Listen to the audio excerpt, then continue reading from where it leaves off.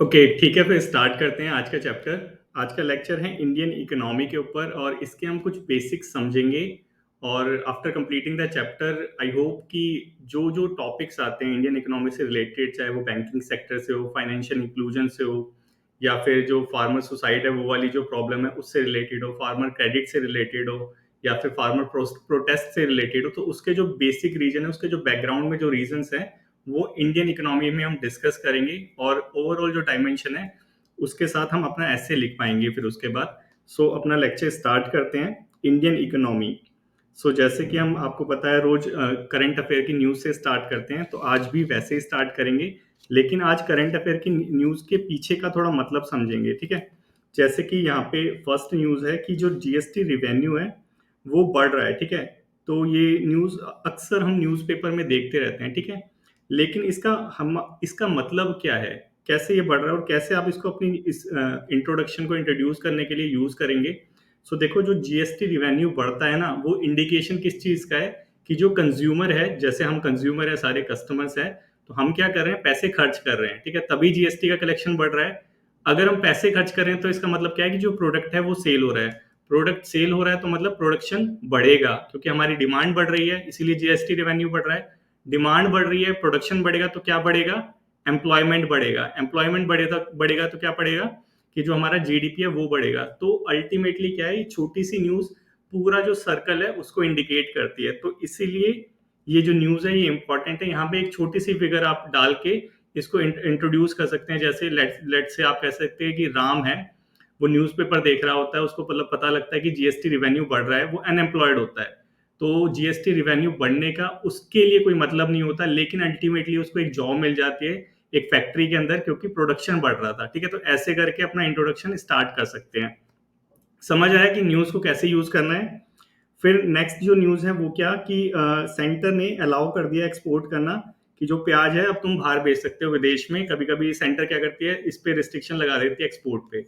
तो इस न्यूज़ का क्या मतलब है, इस न्यूज़ का मतलब है कि जो फार्मर्स है उनकी इनकम बढ़ेगी। एक्सपोर्ट होगा तो क्या होगा, पैसे ज्यादा मिलेंगे ना। तो एक्सपोर्ट से इनकम बढ़ेगी, इस न्यूज़ का ये मतलब है फार्मर्स की, ठीक है। लेकिन यहाँ पे एक दूसरा डायमेंशन भी है कि जब हम प्याज को एक्सपोर्ट कर देंगे तो हमारी इंडियन सोसाइटी के अंदर, हमारी मार्केट के अंदर, सोसाइटी मतलब मार्केट, ठीक है, इकोनॉमी हम डिस्कस कर रहे हैं, तो जो हमारी मार्केट है उसके अंदर प्याज का जो क्वांटिटी है, जो उसका वहां पे जो उसकी वो जो होती है क्वांटिटी, जितना रखा होता है वो कम हो जाएगा धीरे धीरे, ठीक है, क्योंकि एक्सपोर्ट कर रहे हैं हम। अब जब यहाँ पे कम हो जाएगा तो क्या होगा कि जो वैल्यू, जो चीज कम होती है मार्केट में, इकोनॉमी का प्रिंसिपल है सिंपल, कि जिस जो कम होती है मार्केट में उसकी डिमांड ज्यादा होती है, तो ऑटोमेटिकली उसका प्राइस बढ़ता है। तो वैसे ही अगर हम ओनियन को एक्सपोर्ट करेंगे तो क्या होगा, फार्मर की इनकम तो बढ़ेगी, लेकिन हमारी जो मार्केट है वहां पे प्याज का रेट बढ़ जाएगा, ठीक है। तो फिर गवर्नमेंट क्या करेगी, रिस्ट्रिक्शन लगा देगी, फिर फार्मर को भी इम्पैक्ट करेगा। तो यहाँ पे इसको थोड़ा सा एक स्टोरी में कन्वर्ट करके इसको भी आप अपने इंट्रोडक्शन में यूज कर सकते हैं, ठीक है। तो दोनों ही न्यूज काम की है, इसको इंट्रोडक्शन में यूज करना। और कहानी बना के यूज करोगे तो सब अलग अलग कहानी बनाते हैं, तो वहां आप यूज कर सकते हैं, ठीक है। तो मैंने कैसे अपना इंट्रोडक्शन बनाया इंडियन इकोनॉमी के ऊपर, मैंने यहाँ पे एग्रीकल्चर का जो बीटी कॉटन है, हमने शायद ये लास्ट वाले लेक्चर में डिस्कस करा था। बीटी कॉटन क्या होता है, बेसिलस थर्मोजेनेसिस कॉटन, मतलब वो जीएम वाला कॉटन जो है वो है बेसिकली। तो यहाँ पे डिबेट चल रही थी कि बीटी कॉटन अच्छा होता है या नहीं होता।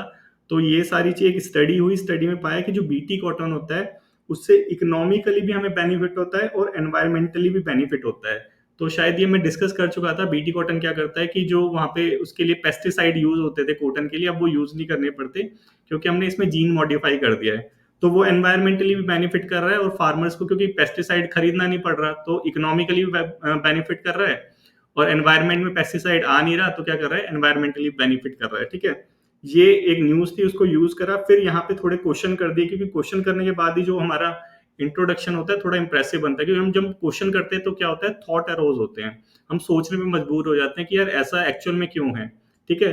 यहाँ पे जैसे इंट्रोडक्शन में बीटी कॉटन का एग्जांपल है कि बीटी कॉटन से इकोनॉमिकली एनवायरमेंटली बेनिफिट हो रहा है, ठीक है, फार्मर्स को। तो यहाँ पे मैंने क्वेश्चन करा है कि अगर एक्चुअल में ऐसा हो रहा है, बीटी कॉटन से फार्मर को बेनिफिट हो रहा है, तो जो हमारा एग्रीकल्चर सेक्टर है वो बिहाइंड क्यों है, क्यों क्यों पिछड़ा हुआ है हमारा एग्रीकल्चर सेक्टर, एक ये क्वेश्चन कर दिया, ठीक है। दूसरा क्वेश्चन करा कि अगर बीटी कॉटन से एक्चुअल में फायदा हो रहा है, तो ये जो फार्मर सुसाइड के इंसिडेंट है ये क्यों बढ़ रहे हैं। अगर एक्चुअल में फायदा हो रहा है तो जो फार्मर प्रोटेस्ट कर रहे हैं दिल्ली पे आके बॉर्डर में, ये क्यों कर रहे हैं अगर फार्मर सेक्टर को फायदा हो रहा है? तो ऐसे करके क्वेश्चन करके हम क्या कर सकते हैं, जो हमारे थॉट हैं उसको इरोज कर सकते हैं, जो हमारा रीडर है उसको थोड़ा सा बेचैन कर सकते हैं कि यार बात तो सही कर रहा है कि बीटी कॉटन से मुझे लग रहा था फायदा हो रहा है, लेकिन ये सारी चीजें हो क्यों रही है। तो वैसे ही अपना इंट्रोडक्शन स्टार्ट कर दिया, अब उसके बाद अपना मेन बॉडी में हम जंप करेंगे, ठीक है। तो यहाँ से आई होप इंट्रोडक्शन तक तो समझ आ गया होगा, कोई डाउट नहीं होगा। फर्स्ट लेक्चर से देखते आ रहे हैं कैसे इंट्रोडक्शन बनाना है। तो अब अपना मेन बॉडी में चलते हैं, और मेन बॉडी में चलने से पहले थोड़ा जो हमारा इंडियन इकोनॉमी का पास्ट है, हिस्ट्री है, उसको थोड़ा सा डिस्कस करेंगे। तो जैसे आप सभी को पता है कि हमारा जो पास्ट है वो अंग्रेजों से कहीं ना कहीं जुड़ा हुआ है, ब्रिटिश कॉलोनियल रूल से कहीं ना कहीं जुड़ा हुआ है।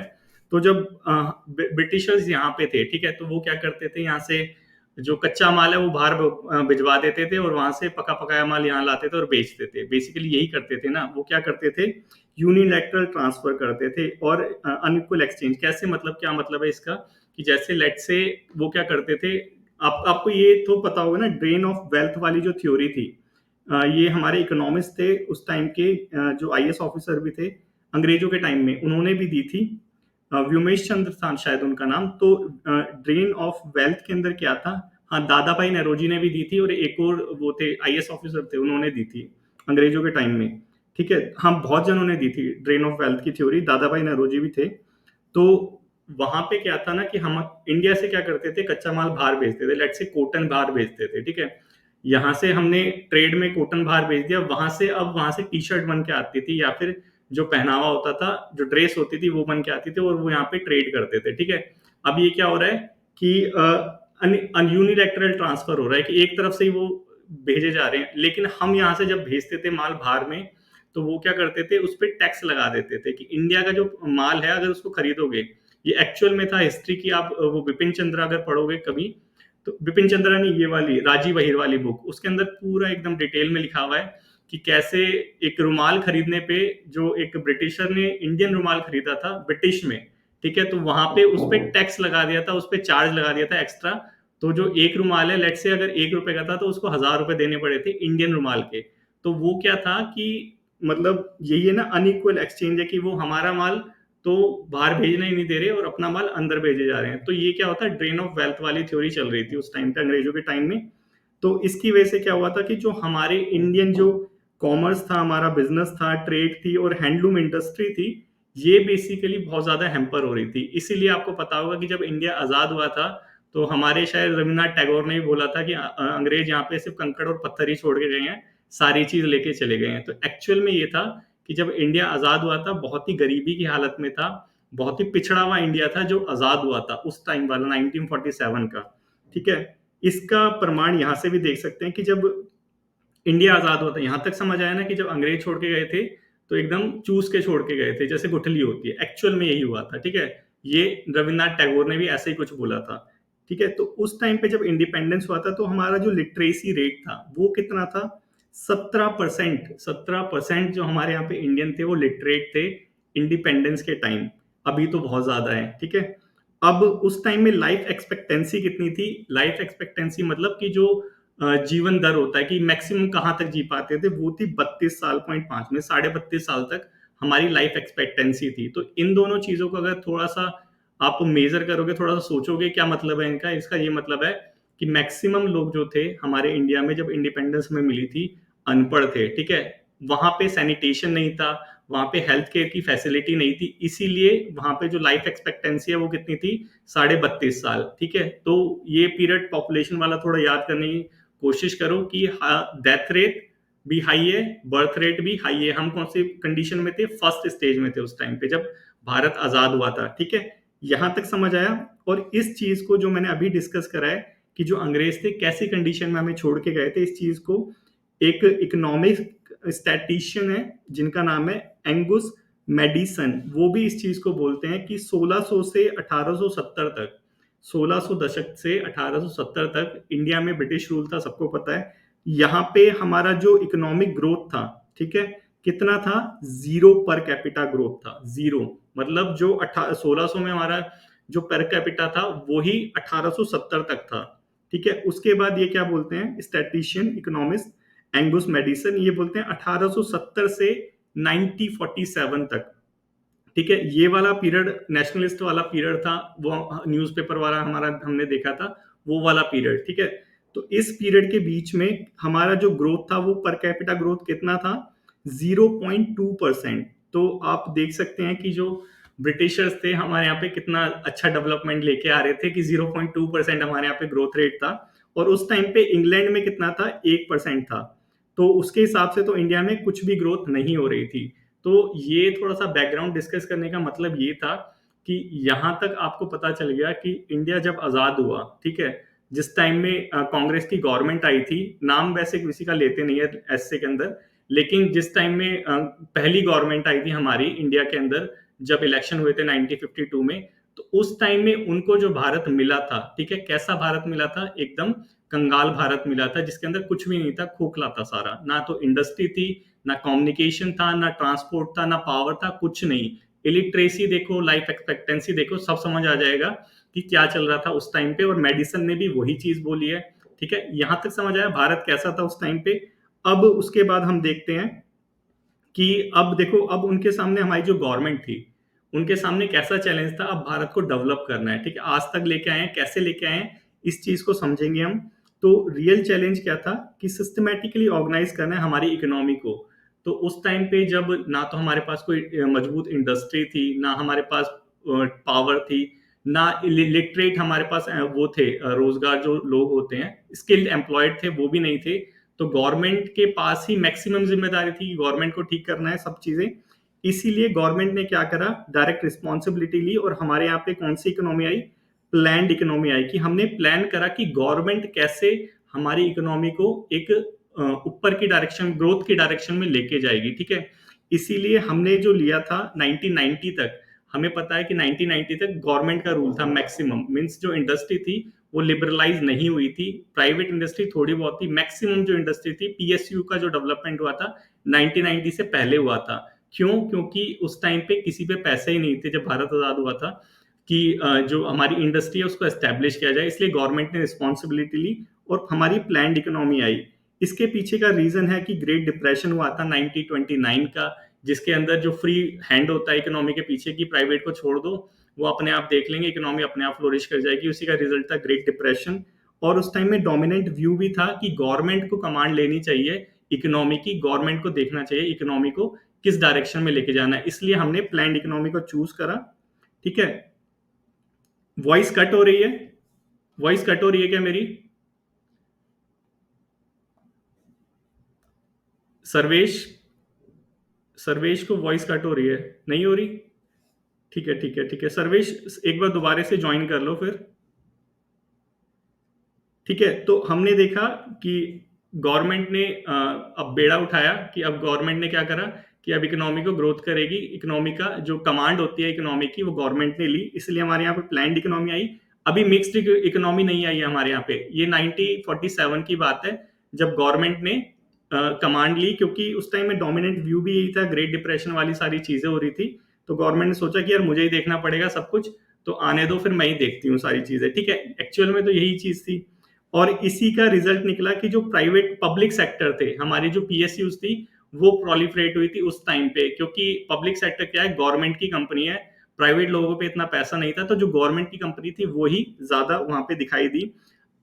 मोटिव क्या था उसके पीछे, पीएसयू को एस्टेब्लिश करने के पीछे हमारी गवर्नमेंट का मोटिव था कि हमें इंफ्रास्ट्रक्चर था उसको डेवलप करना था, ठीक है। इंफ्रास्ट्रक्चर डेवलप करेंगे तभी तो देश डेवलप होगा। उसके बाद इंडस्ट्रियल हमारी कुछ नीड थी, ठीक है, हमें इंडस्ट्री को भी डेवलप करना था, steel industry, aluminium industry, railway, अलग अलग सेक्टर को डेवलप करना था, इसलिए हमने पीएसयू को एस्टेब्लिश करा। एम्प्लॉयमेंट जनरेशन भी करना था, हमें एम्प्लॉयमेंट जनरेशन भी करना था, इसलिए हमने पीएसयू को डेवलप करा। सोशल सेक्टर और प्राइवेट सेक्टर को भी मजबूत बनाना था। तो ये सारे कुछ रीजन थे जिसके लिए हमारी पीएसयू आई थी। समझ आया क्यों आई थी? क्योंकि बहुत सारा क्या होता है ना, हमारे जो दिमाग में मिथ होता है कि जो पीएसयू है देश के लिए अच्छी नहीं है, लेकिन आप 1947 के बारे में सोच के देखो कि उस टाइम में देश की हालत क्या थी। अगर गवर्नमेंट इसकी रिस्पॉन्सिबिलिटी नहीं लेती, पीएसयू नहीं आती, तो हमारा देश आज तक नहीं पहुंचता। वो अलग चीज है कि छोटी छोटी चीजें होती रहती है, थोड़ी बहुत लकूनेज होते रहते हैं जिसकी वजह से ये सारी चीजें हो जाती है, हमारा एटीट्यूड थोड़ा इसके लिए रिस्पॉन्सिबल होता है, लेकिन ओवरऑल क्या हुआ, ग्रोथ ही हुई है, डिक्लाइन नहीं हुआ है इंडिया 1947 से, ठीक है। ये हमने समझा। उसके बाद जो हमारे गवर्नमेंट थी उसकी पॉलिसी क्या थी कि जो फॉरेन इन्वेस्टमेंट है बाहर से, जो अभी इन्वेस्टमेंट आती है ना एफडीआई, उस टाइम में उसको डिस्करेज करना था। करना तो था ही कि भारत आजाद हुआ था, अंग्रेज यहाँ से छोड़ के गए थे, अंग्रेज यहाँ पे इन्वेस्टमेंट करने ही तो आए थे, जो इतना 200 साल तक इन्वेस्टमेंट करके गए थे। तो एक बार चले गए, दोबारा थोड़ा ना बुलाना है, इसलिए उस टाइम में 1947 के बाद में 1990 तक जो पॉलिसी थी उसमें एफडीआई को हमेशा डिस्करेज करा जाता था। और एक ये गुरुचरण दास की एक बुक है अनबाउंड इंडिया, अगर टाइम मिले तो उसको पढ़ना, तब पता चलेगा कि इंडस्ट्रियलाइज जो भारत था उसकी क्या हालत थी उस टाइम में, जो इंडस्ट्री वाले जो लोग थे वो कैसे सोचते थे। ठीक है, तो यहाँ तक थोड़ा समझ आया हमें। और क्या चीजें थी कि हमारी नेसेसिटी थी कि जो हैवी इंडस्ट्री है, आयरन इंडस्ट्री होगी, रेलवे, ये सारी चीजें, ये हैवी इंडस्ट्री उसको डेवलप करना है। ठीक है, तो उस टाइम में एक डिबेट भी चल रही थी कि जो हमारी इकोनॉमी है उसकी प्राइम मूविंग फोर्स क्या होनी चाहिए। प्राइम मूविंग फोर्स होती है बेसिकली कि जिस डायरेक्शन में हमारी इकोनॉमी को जाना चाहिए, ठीक है, हम जिस डायरेक्शन में जाना चाहते हैं वो है प्राइम मूविंग फोर्स। तो उस टाइम में डिबेट थी कि एग्रीकल्चर को प्राइम मूविंग फोर्स चुना जाए या इंडस्ट्री को प्राइम मूविंग फोर्स चुना जाए। ठीक है, कि किस पे ध्यान दिया जाए, बेसिकली बात ये है। तो उस टाइम में आपको जैसे पता है लिटरेसी लेवल क्या चल रहा था, 17% लिटरेसी लेवल था, और वो भी आजाद भारत का लिटरेसी लेवल। आज का लिटरेसी लेवल तो फिर भी अच्छा था, उस टाइम का तो पता ही नहीं क्या होगा। तो लिटरेसी लेवल 17%, हमारे पास इस स्किल्ड एम्प्लॉयड नहीं है, इंडस्ट्री नहीं है, कोई भी कुछ नहीं है। उस टाइम में एग्रीकल्चर था, वो भी लकड़ियों से किसानी करते थे, एकदम ट्रेडिशनल वे में एग्रीकल्चर करते हैं 1947 में। तो उस टाइम में डिबेट चल रही थी कि इंडस्ट्री को डेवलप करें या फिर एग्रीकल्चर को डेवलप करें। ये था, ये वाला प्राइम मूविंग फोर्स की डिबेट थी उस टाइम में। ठीक है, इस चीज को देखना, थोड़ा सा कभी यूज कर सकते हो इस पॉइंट को भी। तो उस टाइम में स्क्रीन नहीं दिख रही, यहां तो सब कुछ सही दिख रहा है, किस किस को स्क्रीन नहीं दिख रही? दिख रही है स्क्रीन? ओके, यहां तो सब ओके है भाई। आप नेट थोड़ा अपना चेक करो। क्रांति, शायद आपका नाम क्रांति है। ठीक है, ठीक है, ठीक है, ठीक है, ठीक है, स्टार्ट करते हैं। हाँ ठीक है, तो प्राइम मूविंग फोर्स जो थी, हमने डिबेट चल रही थी कि किसको चुने, एग्रीकल्चर को चूज करें, इंडस्ट्री को चूज करें, क्योंकि दोनों की हालत ही खस्ता थी और मैक्सिमम जो हमारी जनता थी वो एकदम अनपढ़ थी। तो मैक्सिमम लोग ये सोचते हैं, अच्छा आप दिखाई दे गई, तो मैक्सिमम लोग ये अब सोचते हैं कि उस टाइम में एग्रीकल्चर को हमें चूज करना चाहिए था, लेकिन हमने एग्रीकल्चर को चूज नहीं किया। इसके बहुत सारे रीजन है, क्योंकि अगर एग्रीकल्चर को हम चूज करते, ठीक है, तो एग्रीकल्चर कैसे था हमारा उस टाइम पे, लकड़ी वाला ट्रेडिशनल वे में वो प्रैक्टिस करते थे। ना तो वहां पे पावर थी, ना वहां पे इंडस्ट्री डेवलप हुई थी, ना वहां पे जो अपवर्ड और डाउनवर्ड लिंकेज है वो सारी चीजें थी। तो उस टाइम में हमने, हमारे जो प्रधानमंत्री थे, फर्स्ट प्राइम मिनिस्टर थे जवाहरलाल नेहरू, उन्होंने वाइस डिसीजन लिया उस टाइम की गवर्नमेंट ने कि इंडस्ट्री को प्राइम मूविंग फोर्स चूज किया, कि अगर इंडस्ट्री डेवलप होगी तो जो ट्रेडिशनल वे है हमारे एग्रीकल्चर का वो मैकेनाइज्ड हो जाएगा। ठीक है, उसके बाद एक रीजन और था कि उस टाइम में ये डब्ल्यूटीओ वाला कुछ चल रहा था, तो उस टाइम में ये भी प्रोमिनेंट व्यू था कि इंडस्ट्री को प्राइम मूविंग फोर्स चूज करना चाहिए। प्लस उसके साथ और क्या क्या चीजें थी कि 1947 हम आजाद हुए थे, आजाद के साथ हमारा पार्टीशन भी हुआ था, तो हमारे कुछ दुश्मन भी थे, या बोल लीजिए सकीना के पापा वाला देश। तो ये जो देश था उससे हमें सिक्योरिटी भी चाहिए थी। ठीक है, इंडस्ट्री थी नहीं हमारी, अगर इंडस्ट्री को डेवलप नहीं करते तो डिफेंस कैसे डेवलप करते। तो ये सारा टोटल जो मतलब हमारे बैकग्राउंड में जो चल रहा था डिस्कशन, उसकी वजह से हमने प्राइम मूविंग फोर्स किसको चूज करा, इंडस्ट्री को। ठीक है, ये ऐसा नहीं था कि एकदम से हमने चूज करा प्राइम मूविंग फोर्स इंडस्ट्री को। ये सारी चीजें भारत आजाद जब हुआ था उससे पहले से सारी चीजें चल रही थी। ये फंडामेंटल राइट्स हो गया कि इकोनॉमिक किस डायरेक्शन में जानी चाहिए, ये सब चीजें भारत आजाद होने से पहले सारी चीजें चालू हो गई थी। उसी का एक एग्जाम्पल है यहाँ पे कि जो आईएनसी इंडियन नेशनल कांग्रेस का कराची सेशन जो हुआ था 1931 में, उसमें जो new education, new economic policy थी, उसके अंदर भी यही डिसाइड किया गया था कि इंडस्ट्री को ही डेवलप करना है अगर भारत आजाद हो जाता है, और फंडामेंटल राइट्स, ये सारी चीजें थी वहां पे।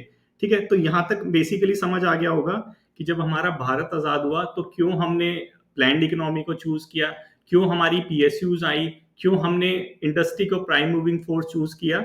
ये सारी चीजें बताने का मेरा मतलब था, यहाँ तक डिस्कस करने का कि उस टाइम में क्या सिनेरियो चल रहा था हमारी इकोनॉमी के साथ और हमने कैसे सारी चीजों को चूज किया। ठीक है, और एक चीज और थी कि हाँ, हमने प्लान्ड इकोनॉमी को चूज करा तो वहां पे हमारा आया था 5 ईयर प्लान, आपको याद होगा, इकोनॉमिक प्लानिंग 5 ईयर प्लान हमारा।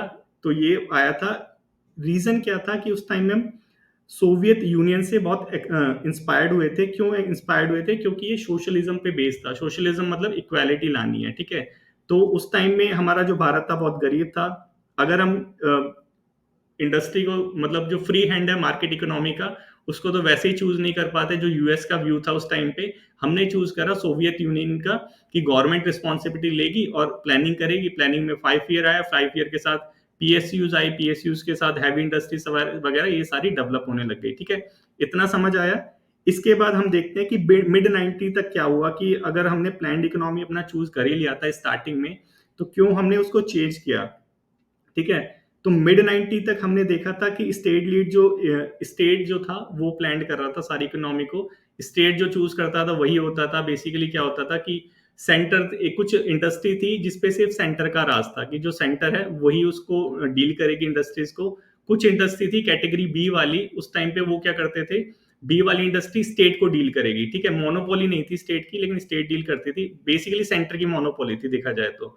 और बाकी जो बची कुछ ही रह गई छोटी मोटी, उस पे कौन डील करेगा, प्राइवेट सेक्टर, ठीक है। जो छोटा मोटा रह गया जैसे अगरबत्ती वगैरह बनाना, ऐसे ही था एक्चुअल में। लेकिन वहां पे भी वो लाइसेंस लो और ये लो, लाइसेंस राज जिसे कहते हैं, वो सारी चीजें चलती थी। तो उसकी वजह से क्या हुआ कि जो हमें पता है कि जो हमारी प्लान्ड इकोनॉमी थी, पीएसयूज आई थी, वहां पे वर्किंग कल्चर ये सारी चीजों की वजह से ग्रोथ जो हो रही थी बहुत ही स्लो हो रही थी, ठीक है। और इसकी वजह से क्या हुआ कि हमारा जो सिस्टम था, जैसे हमने सोचा था उस डायरेक्शन में जा नहीं रहा था। और क्या चीजें हुई, और वॉशिंगटन कंसेंसस बेसिकली ये क्या थे, कि फ्री हैंड वाली चीजें, कि पूरी चीजें मार्केट को सौंप देनी चाहिए। तो ये दोनों चीज थी उस टाइम में फेल हो रही थी, और हमारी जो इकोनॉमी थी वो क्राइसिस में चल रही थी। तो इसकी वजह से हमने डब्ल्यूटीओ से लोन लिया, और लोन लेने की वजह से हमने अपनी हमारी जो इकोनॉमी थी उसको लिबरलाइज करना पड़ा। 1990 का जो रिफॉर्म आया था वो इसीलिए आया था। और उस टाइम में हमने चूज करा कि अब चलेगी मिक्स्ड इकोनॉमी। मिक्स्ड इकोनॉमी मतलब गवर्नमेंट और प्राइवेट अब दोनों हाथ में हाथ डाल के चलेंगे, दोनों संभालेंगे हमारी इकोनॉमी की कमांड। ये आ गई अब मिक्स्ड इकोनॉमी। देखा कहां से प्लान्ड इकोनॉमी से मिक्स्ड इकोनॉमी आई। और एलपीजी रिफॉर्म कहते हैं 1990 में आया था। एलपीजी रिफॉर्म मतलब जो हमारे लॉज वगैरह थे उसको हमने लिबरलाइज करा था। जो हमारे पीएसयूज थे उसको हमने प्राइवेटाइज करा था। बैंकिंग प्राइवेटाइजेशन भी तभी आया था, आपको पता होगा। और उसके बाद ग्लोबलाइजेशन करा, कि जो एफडीआई पॉलिसी पहले रिस्ट्रिक्ट कर रखी थी कि बाहर से कोई पैसा नहीं लेके आएगा, यहाँ पे बिजनेस नहीं करेगा, अंग्रेज पहले ही यहाँ पे लूट के गए हैं। तो उसको भी हमने 1990 में बोला कि नहीं अब चलो आ जाओ हम देख लेंगे, कोई नहीं, हम भी थोड़े डेवलप हो चुके हैं। तो वही एलपीजी रिफॉर्म आया था 1990 में, ठीक है। तो यहाँ तक की कहानी सबको समझ आ गई होगी कि हमारी जो इकोनॉमी है कैसे एकदम गरीबी से 1990 तक थोड़ा पैसे वाले हम बन गए थे। तो यहां तक किसी को कोई डाउट नहीं होगा। इकोनॉमी का एक खांचा जो होता है वो सबको समझ आ गया होगा। थोड़ा सा बैकग्राउंड डिस्कस करा। अब हम देखेंगे इश्यूज क्या चल रहे हैं। हमारी इकोनॉमी में 3 सेक्टर है, सबको पता है। First sector primary sector agriculture, उसमें डोमिनेट करता है। सेकंड है हमारा इंडस्ट्री वाला, उसमें मैन्युफैक्चरिंग है। और थर्ड है हमारा सर्विस सेक्टर, ठीक है।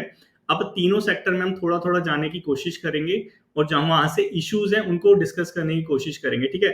इकोनॉमी का एक बेसिक हमने डिस्कस कर ही लिया। अब चलते हैं अपने एग्रीकल्चर सेक्टर के अंदर, ठीक है।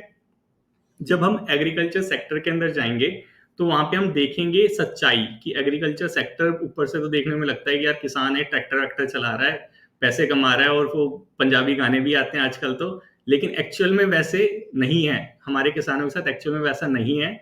हमारा जो किसान है वो बहुत ही गरीब है, ठीक है। कैसे गरीब है इसको हम देखेंगे आज एग्रीकल्चर सेक्टर में, ठीक है। जो मिथ है उसको एकदम हटाएंगे यहाँ से, ठीक है। तो सबसे पहले हम थोड़ा डेटा देखेंगे, डेटा के बेस पे बात करेंगे, ऐसे हवा में बात नहीं करेंगे। तो सबसे पहले ये जो सारा डेटा है, ठीक है, सारा इकोनॉमिक सर्वे का है। और रमेश सिंह एक बुक है, वहां से मैंने ये सारी चीज उठाई है एग्रीकल्चर सेक्टर का। तो सबसे पहले हम देखेंगे एग्रीकल्चर सेक्टर में कि जो हमारा एग्रीकल्चर सेक्टर है हमारी इकोनॉमी में कितना कंट्रीब्यूट करता है, ठीक है। जीडीपी में, हमारी जीडीपी में हमारा एग्रीकल्चर सेक्टर कितना कंट्रीब्यूट करता है।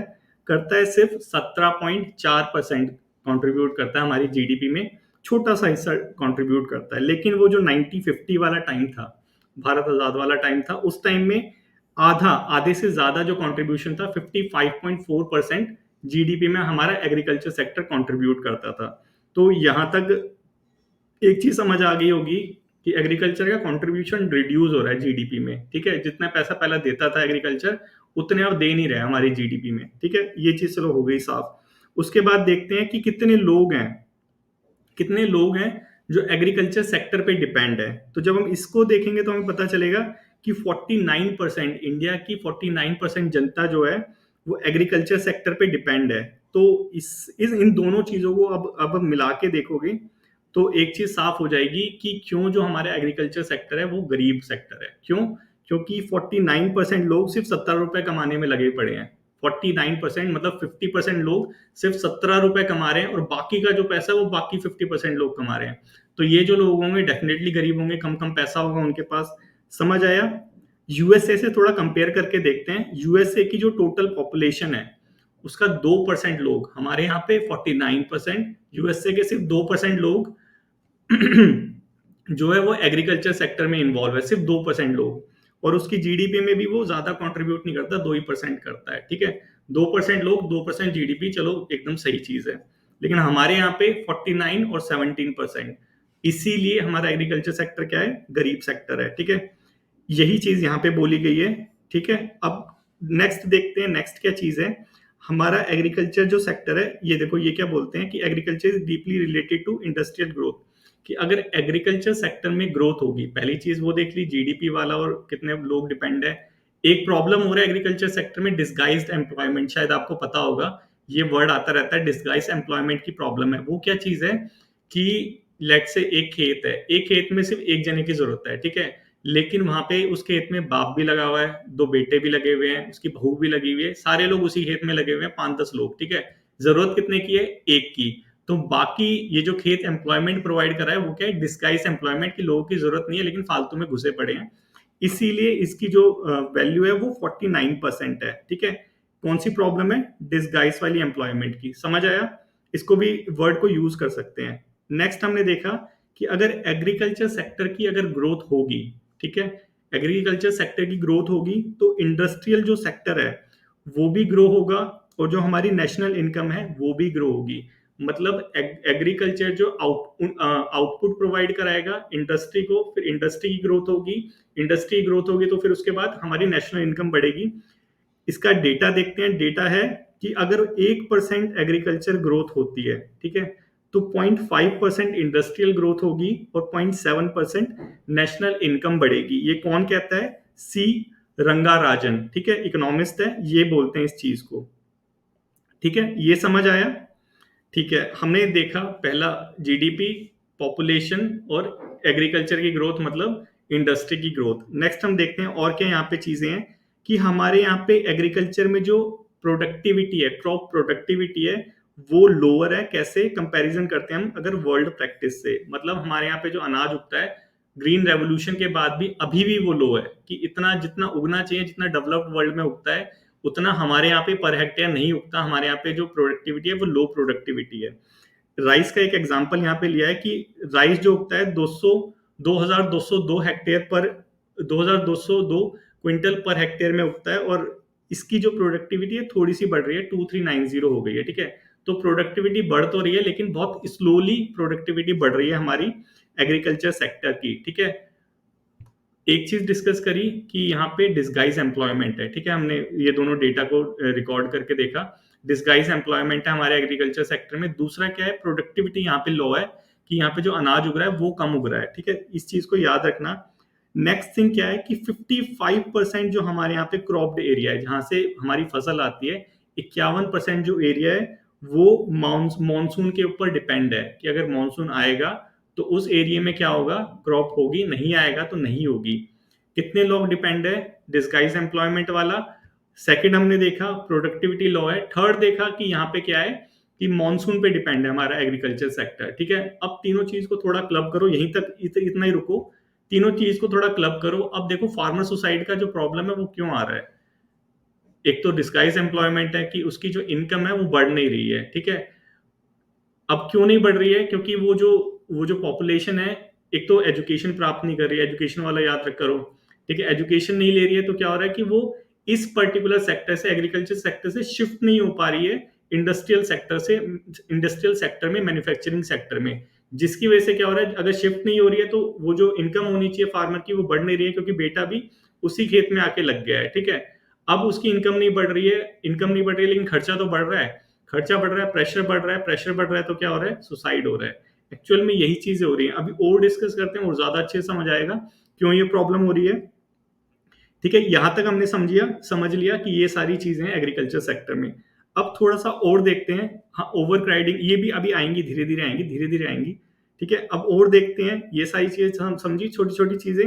और देखते हैं कि हमारा जो एग्रीकल्चर सेक्टर है वहां पे देखते हैं कि जो हमारी एग्रीकल्चर लैंड होल्डिंग है, कि कितना लैंड किसके पास है, वो थोड़ा देख लेते हैं एग्रीकल्चर सेंसस से। तो जब हम देखते हैं तो टोटल जो ऑपरेशनल होल्डिंग है, ठीक है, जो ऑपरेशनल होल्डिंग मतलब जो लोग हैं काम करने वाले, वो 146 मिलियन है हमारे एग्रीकल्चर सेक्टर के अंदर। और ये लास्ट टाइम से बड़ा है। क्यों बड़ा है? पॉपुलेशन बढ़ रही है। ठीक है, पॉपुलेशन बढ़ रही है, नेक्स्ट सेक्टर में सिर्फ शिफ्ट नहीं हो रही है, इसी सेक्टर में जमा हो रही है, डिस्गाइज एम्प्लॉयमेंट की प्रॉब्लम आ रही है, इसलिए जो ऑपरेशनल लैंड होल्डिंग है वो बढ़ रही है। ठीक है, लेकिन जो हमारा ऑपरेटेड एरिया है, जो हमारा लैंड है, वो तो बढ़ नहीं सकता। ठीक है, बढ़ नहीं सकता, तो वो क्या होगा, उतने का उतना रहेगा या घटेगा। अब पॉपुलेशन बढ़ेगी, अर्बनाइजेशन बढ़ेगा, तो ये जो लैंड है ये भी घटेगा। ये तो हमने देख लिया था अपने अर्बनाइजेशन में भी और पॉपुलेशन वाले चैप्टर में भी। यही चीज एग्रीकल्चर का जो सेंसस है वो बोलता है कि जो ऑपरेटेड एरिया है कितना है, 157 मिलियन हेक्टेयर है। लेकिन ये जो है लास्ट टाइम से कम हुआ है। ठीक है, समझ आया क्यों कम हुआ है? Population, urbanisation. और बढ़ गया लैंड होल्डिंग ऑपरेटिंग एरिया, क्यों? क्योंकि पॉपुलेशन बढ़ रही है। ठीक है, इतना समझा। अब थोड़ा सा और देखते हैं, हम देखेंगे कि ऑपरेशनल होल्डिंग कितनी है, कि एक जो फार्मर है, अगर जो लैंड है, टोटल जो ऑपरेशनल होल्डिंग है, टोटल जो ऑपरेटेड एरिया है, जितना लैंड है, उसको बराबर बराबर भागों में बांट के सारे किसानों को दे दो, तो एक जो किसान है उस पर कितना लैंड आएगा? 1.08 हेक्टेयर। 1.08 हेक्टेयर, सिर्फ इतना लैंड आएगा हमारे फार्मर के पास। तो आप खुद सोचो कि इस लैंड में वो क्या उगाएगा और क्या खाएगा। ठीक है, क्या बेचेगा। और ये जो ऑपरेशनल होल्डिंग है, ये जो लैंड है जो 1.0 हेक्टेयर, ये लास्ट टाइम से कम हुआ है। क्यों? पॉपुलेशन बढ़ रही है, इसलिए कम हुआ है। ठीक है, इतना समझा। अब और देखते हैं कि जो सबसे गरीब किसान है, हमारा स्मॉल एंड मार्जिनल होल्डिंग है, सबसे छोटे वाला जो किसान है, वो 84.97% जो फार्मर्स है वो स्मॉल और मार्जिनल फार्मर है। ठीक है, 87, 84% अराउंड, 85% अराउंड क्या है, स्मॉल और मार्जिनल फार्मर है। उनके पास टोटल कितना लैंड है? 47.34% लैंड है। ठीक है, मतलब क्या है कि जो मैक्सिमम एरिया है वो किसके पास है? जो बड़े किसान है, जमींदार लोग हैं, उनके पास है। बाकी मैक्सिमम लोगों के पास क्या है? छोटे छोटे लैंड है। ठीक है, ये समझ आया यहां तक? ठीक है, इसके बाद और देखते हैं। यहां तक समझ आने के बाद तो मैक्सिमम चीजें क्लियर हो गई होंगी कि इतनी प्रॉब्लम क्यों है एग्रीकल्चर सेक्टर के पास। कि एक तो लैंड कम है। ठीक है, लैंड कम होने की वजह से क्या हो रहा है? प्रोडक्टिविटी कम है, हमारी प्रोडक्टिविटी कम है, उसकी वजह से क्या हो रहा है कि हमारी इनकम कम हो रही है, लेकिन पॉपुलेशन बराबर बढ़ रही है, डिस्गाइज एम्प्लॉयमेंट बराबर बढ़ रही है, लोन बराबर ले रहे हैं, सारे खर्चे बराबर हो रहे हैं, लेकिन इनकम कम हो रही है। इसी की वजह से क्या होता है? फार्मर सुसाइड की प्रॉब्लम आती है। और थोड़ा देखते हैं इसको, अभी और भी प्रॉब्लम है यहाँ पे। ठीक है, इतना तो समझ आ गया, ये तो थोड़ा थोड़ा थोड़ा लैंड की बात देख ली। अब देखते हैं और क्या प्रॉब्लम है। हमारी फूड फिलॉसफी देखते हैं इंडिया की, पहले इसको और प्रॉब्लम को डिस्कस करने पहले फूड फिलॉसफी देखते हैं इंडिया की। क्या फूड फिलॉसफी थी? जो हमारा फर्स्ट फेज था, ठीक है, फर्स्ट फेज में हमें क्या करना था, वही भारत आजाद हुआ था उस टाइम में, हमें फिजिकली एक्सेस करना था फूड को, कि एक्चुअल में हमारे हाथ में फूड आना चाहिए, फिजिकली एक्सेस गवर्नमेंट के हाथ में, कि एक्चुअल में गवर्नमेंट में फूड होना चाहिए। तो उस टाइम में आपको याद होगा जब ये ग्रीन रेवोल्यूशन नहीं आया था, उसके उससे पहले का ये फिलॉसफी थी, फिजिकल एक्सेस वाली। तो उस टाइम में PL480 प्रोग्राम चलता था, यूएसए से हम इंपोर्ट करते थे। और इंदिरा गांधी के टाइम की बात है कि यूएसए ने क्या करा था, थोड़ी सी, मतलब ये क्या हुआ था कि वियतनाम में वॉर चल रही थी यूएसए के साथ, यूएसए की वियतनाम में वॉर चल रही थी। तो इंडिया गांधी ने क्या करा, इंदिरा गांधी ने यूएसए के अगेंस्ट में स्टेटमेंट दे दी थी। और उस टाइम में हम बहुत ज्यादा डिपेंडेंट थे PL480 के ऊपर अपनी फूड सिक्योरिटी को मेंटेन करने के लिए। अब जब इंदिरा गांधी ने ये स्टेटमेंट दी तो यूएसए ने क्या करा, जो शिप आ रहा था यहाँ पे अनाज वाला, PL480 वही चीज है, तो उसको उसने रोक दिया बिना कोई इंफॉर्मेशन के। ठीक है, तो उस टाइम में जो इंदिरा गांधी ने बहुत इंसल्ट महसूस करी थी। और उसी के बाद फिर ये ग्रीन रेवोल्यूशन आया था, एक्चुअल में यही स्टोरी है। तो ये PL480 प्रोग्राम, तो ग्रीन रेवोल्यूशन आया और हमने 1980 तक जो फिजिकल एक्सेस वाली जो फिलॉसफी थी कि फिजिकली हम पे फूड होना चाहिए, उसको अचीव कर लिया। ठीक है, सेकंड जब फेज आया, सेकंड फेज में क्या था, एक मिनट, शायद ये हो गया, वीडियो कैसे कट गई, एक मिनट रुको।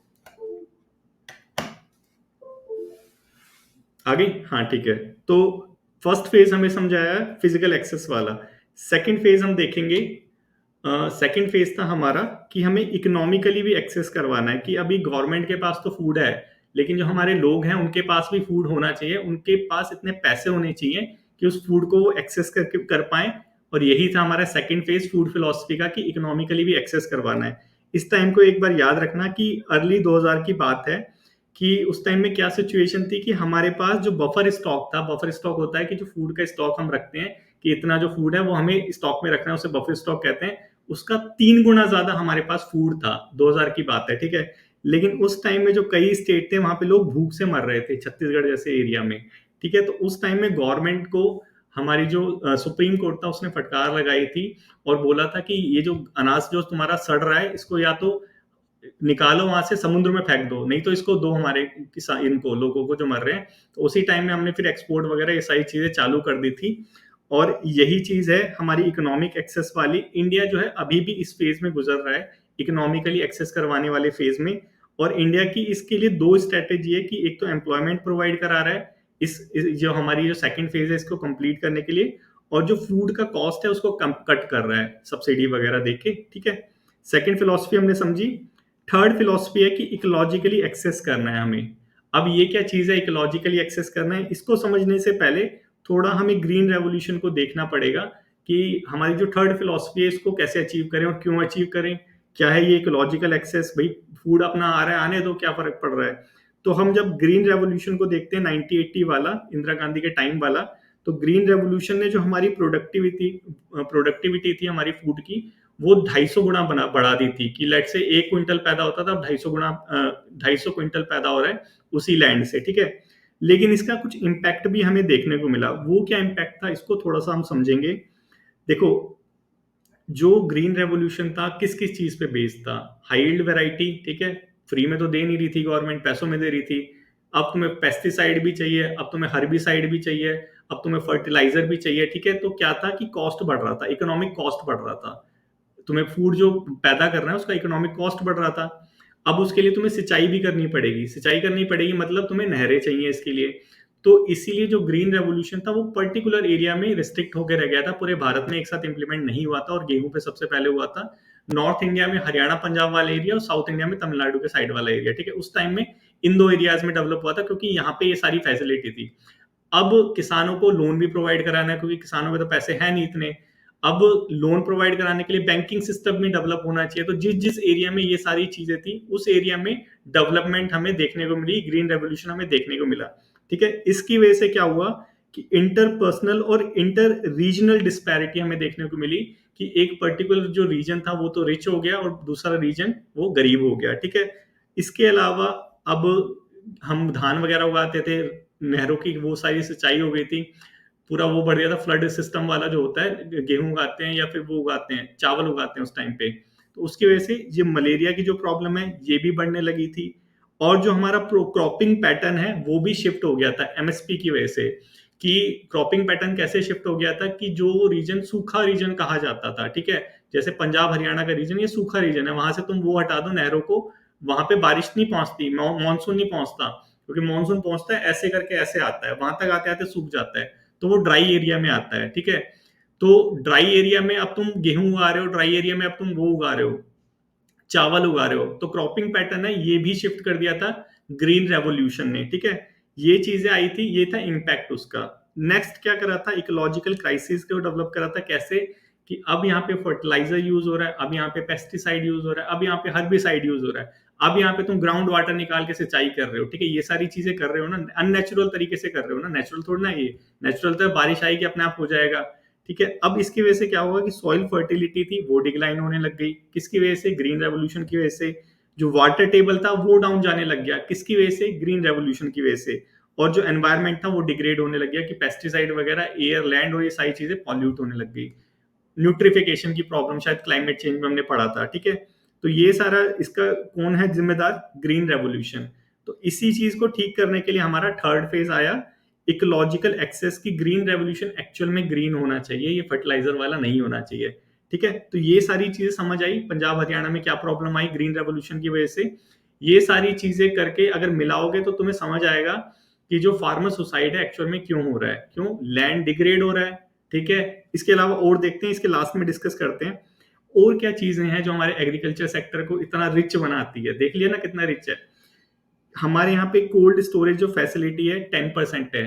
महक परवेज वाला एग्जांपल याद करो कि कितना 40% जो फूड है हमारे यहाँ पे वेस्ट हो जाता है क्योंकि रखने के लिए जगह नहीं है, कोल्ड स्टोरेज नहीं है हमारे यहाँ पे। ठीक है, और इसके अलावा एमएसपी, एमएसपी पे लोग बहुत ज्यादा वो सोचते हैं कि जो एमएसपी है यार, एमएसपी है तो किसानों को तो जितना वो फूड प्रोड्यूस करेंगे उतना उनका एमएसपी के रेट पे ले लेगी गवर्नमेंट। लेकिन ये देखो शांता कुमार कमेटी है, और मैं बहुत ज्यादा इससे वो हूँ, फैमिलियर हूँ शांता कुमार कमेटी से। क्यों? क्योंकि शांता कुमार कमेटी ने रिकमेंडेशन दी थी कि एफसीआई को बंद कर दो, और मैं तो जॉब करता था उस टाइम में। उस टाइम पे तो शांता कुमार ने बोला कि जो फार्मर्स है, सिर्फ जो 6% फार्मर है उनको ही बेनिफिट मिलता है एमएसपी की स्कीम का, और जो बाकी लोग हैं उनको नहीं मिलता है। तो देख लो 6% एमएसपी की स्कीम का बेनिफिट मिल रहा है, 6% फार्मर को सिर्फ एमएसपी का मिल रहा है, बाकी वो आड़ती वाली प्रॉब्लम की क्योंकि क्या होता है ना कि छोटे छोटे, देखो क्यों ये चीज है, एमएसपी क्यों 6% को मिल रहा है, अपने आप दिमाग लगा के सोचो कि लैंड होल्डिंग कितनी है, छोटी छोटी लैंड होल्डिंग है। ठीक है, स्मॉलर मार्जिनल फार्मर 85% कुछ है, और जरा सा उन पे लैंड है। ठीक है, अब वो जो फूड प्रोड्यूस करेंगे, ठीक है, एक तो उनपे इतना होगा नहीं कि उसको बेचें। लेट से अगर उनपे इतना भी हो जाता है कि उसे बेचें, तो उसको वो अपने खेत से लेके एफसीआई के गोदाम तक लेके जाएंगे। ठीक है, चलो लेके चले भी गए वो एफसीआई के गोदाम तक, कॉस्ट बढ़ गया उसका। देखो कॉस्ट लग रहा है हर चीज के साथ, कॉस्ट बढ़ गया फूड का, लेकिन वहां पे जाने के जब एफसीआई के पास जाएंगे, वहां पे आड़तियों की और एफसीआई वालों की सेटिंग होती है, ये सबको पता है, ये बुक में भी लिखा हुआ है। ठीक है, रमेश सिंह पढ़ोगे उसमें भी लिखा हुआ है ये। ठीक है, इन दोनों की सेटिंग होती है। अब जो फार्मर है वो जाएगा एफसीआई वाले के पास, उससे बोलेगा कि सर मेरा ये गेहूं है, एक एक ट्रैक्टर ही लेट से उस पे होता है, तो एक ट्रैक्टर ले लो। वो बोलेगा ठीक है तुम लाइन से लगाओ, ट्रैक्टर लाइन से लगते हैं सारे। ठीक है, तो वहां से वो गेहूं को चेक करेगा, चेक करने के बाद बोलेगा इसमें तो मॉइस्चर कंटेंट ज्यादा है, इसको पहले सुखाओ फिर लेके आओ। अब वो किसान फिर जाएगा घर पे, उसको सुखाएगा और फिर लेके आएगा, और फिर वो कुछ कमी बता देगा। ठीक है, तो ये सेटिंग की वजह से क्या हो रहा है, इकोनॉमिक कॉस्ट बढ़ता जा रहा है। इसलिए वो क्या करता है कि जो उसके गांव के पास जो आड़तिया होता है, जो फाइनेंशियल उसको मदद प्रोवाइड कराता है, जो गांव वाला होगा उसको पता होगा कौन आता है आड़तिया। आड़तिया बेसिकली क्या होता है कि वो किसानों को फाइनेंशियली मदद प्रोवाइड कराता है। तो वो आड़तिया को बेच देता है, आड़तिया फिर डायरेक्टली सेटिंग होती है, उसको वो बेच देता है एमएसपी से लो प्राइस में बेचता है आड़तिया को, आड़तिया एमएसपी प्राइस पे बेच देता है। तो ये क्या है, इसीलिए शांता कुमार ने बोला कि एफसीआई क्या है, घोटाला कर रहा है और हमेशा लॉस में जाता है, एफसीआई हमेशा लॉस में जाता है। ठीक है, तो एफसीआई को बंद कर दो, शांता कुमार कमेटी ने रिकमेंडेशन दी थी, हाई लेवल कमेटी थी, गवर्नमेंट ने स्टैब्लिश करी थी। ठीक है, तो उसने ही बोला कि 6% जो फार्मर है सिर्फ उनको एमएसपी मिलता है, बाकी लोग ऐसे ही हैं, उनको नहीं मिलता। तो ये सारी चीजें समझ आई। और क्या चीज है, फार्म मैकनाइजेशन वाली, कि हमने हमारी गवर्नमेंट ने सोचा था कि फार्म जो फार्मर्स है, हमारा जो एग्रीकल्चर सेक्टर है उसको थोड़ा मैकनाइज्ड कर देंगे। लेकिन एक्चुअल में हुआ क्या, मैकनाइज्ड हुआ नहीं हुआ। वही चीज यहाँ पे कि इंडिया में बिलो 50% जो हमारे फार्मर्स हैं वो मैकनाइज्ड है। और ट्रैक्टर का जो पेनिट्रेशन है, छोटी सी चीज है ट्रैक्टर ना, हर किसान के पास ट्रैक्टर नहीं होता। गानों में दिखाते हैं वही ट्रैक्टर लेके चलते हैं, लेकिन हर किसान पे ट्रैक्टर नहीं होता। जो हमारा मार्जिनल फार्मर है, उन मार्जिनल फार्मर के पास 1% मार्जिनल फार्मर के पास सिर्फ ट्रैक्टर है। ठीक है, तो ये है हमारा मैकनाइज्ड वाला सिस्टम, ये है हमारा स्टोरेज सिस्टम, ये है हमारा एमएसपी सिस्टम। अब बताओ किसान क्या करेगा, फांसी नहीं लगाएगा तो और क्या करेगा, यही करेगा ना। अगर ये जो फार्मर सुसाइड वाली प्रॉब्लम है, तो ये जितनी भी प्रॉब्लम हमने डिस्कस करी है इनको सॉल्व कर दो, फार्मर सुसाइड अपने आप बंद हो जाएगा। होगा या नहीं होगा, एक्चुअल में हो जाएगा। ठीक है, तो गवर्नमेंट इसके लिए क्या क्या सॉल्यूशन लेके आ रही है, बैंकिंग पेनिट्रेशन, फाइनेंशियल इंक्लूजन, वो इसके एंड में लास्ट वाला जो पीडीएफ है उसमें देखेंगे। जो थोड़ी थोड़ी चीजें देख लेते हैं, जैसे हमने देखा था कि 51% मानसून पे डिपेंड है, तो गवर्नमेंट लेके आई प्रधानमंत्री फसल बीमा योजना, कि अपनी फसल का अपनी उसका फसल का बीमा कराओ, फेल हो जाती है तो पैसे हमसे ले लो। ठीक है, तो ये सॉल्यूशन है अच्छा। और क्या लेके आई, एक सस्टेनेबल एग्रीकल्चर ग्रीन रेवोल्यूशन का जो रिपरकशन है उसको मिटाने के लिए। और क्या, food processing industry, food processing industry क्या करेगी कि चैनल बनाएगी कि जो फार्मर ने प्रोड्यूस करा उसको एफसीआई में बेचने की जगह डायरेक्ट फूड इंडस्ट्री में बेचो, वहां पे वो उसके बिस्कुट बना के हमें देगी और तुम्हारा फायदा भी होगा। ठीक है, तो ये एक चैनल बनाया। और क्या, क्लाइमेट रेसिलिएंट एग्रीकल्चर, की क्लाइमेट चेंज की वजह से जो प्रोडक्टिविटी लो हो रही है उसके लिए भी सॉल्यूशन दे दिया।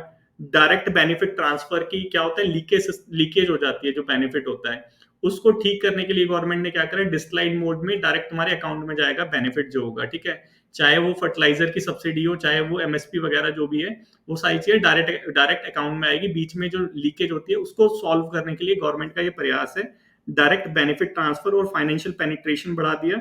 और गवर्नमेंट का एक एम भी है डबलिंग द फार्मर इनकम, की फार्मर की इनकम को डबल करना है। ठीक है, तो ये बेसिकली हमने सिर्फ एक सेक्टर को डिस्कस करा है, एग्रीकल्चर सेक्टर को। ठीक है, और कितनी प्रॉब्लम है, कैसे इसको सॉल्व करना है, इसको सॉल्व करने से जो मैक्सिमम चीजें हैं वो अपने आप सॉल्व हो जाएगी। ठीक है, चाहे वो फार्मर सुसाइड हो, चाहे वो लो फार्मर की इनकम हो। ठीक है, समझ आया ये वाला जो टॉपिक है? अगर आएगा तो लिख लोगे ना, कोई प्रॉब्लम तो नहीं होगी?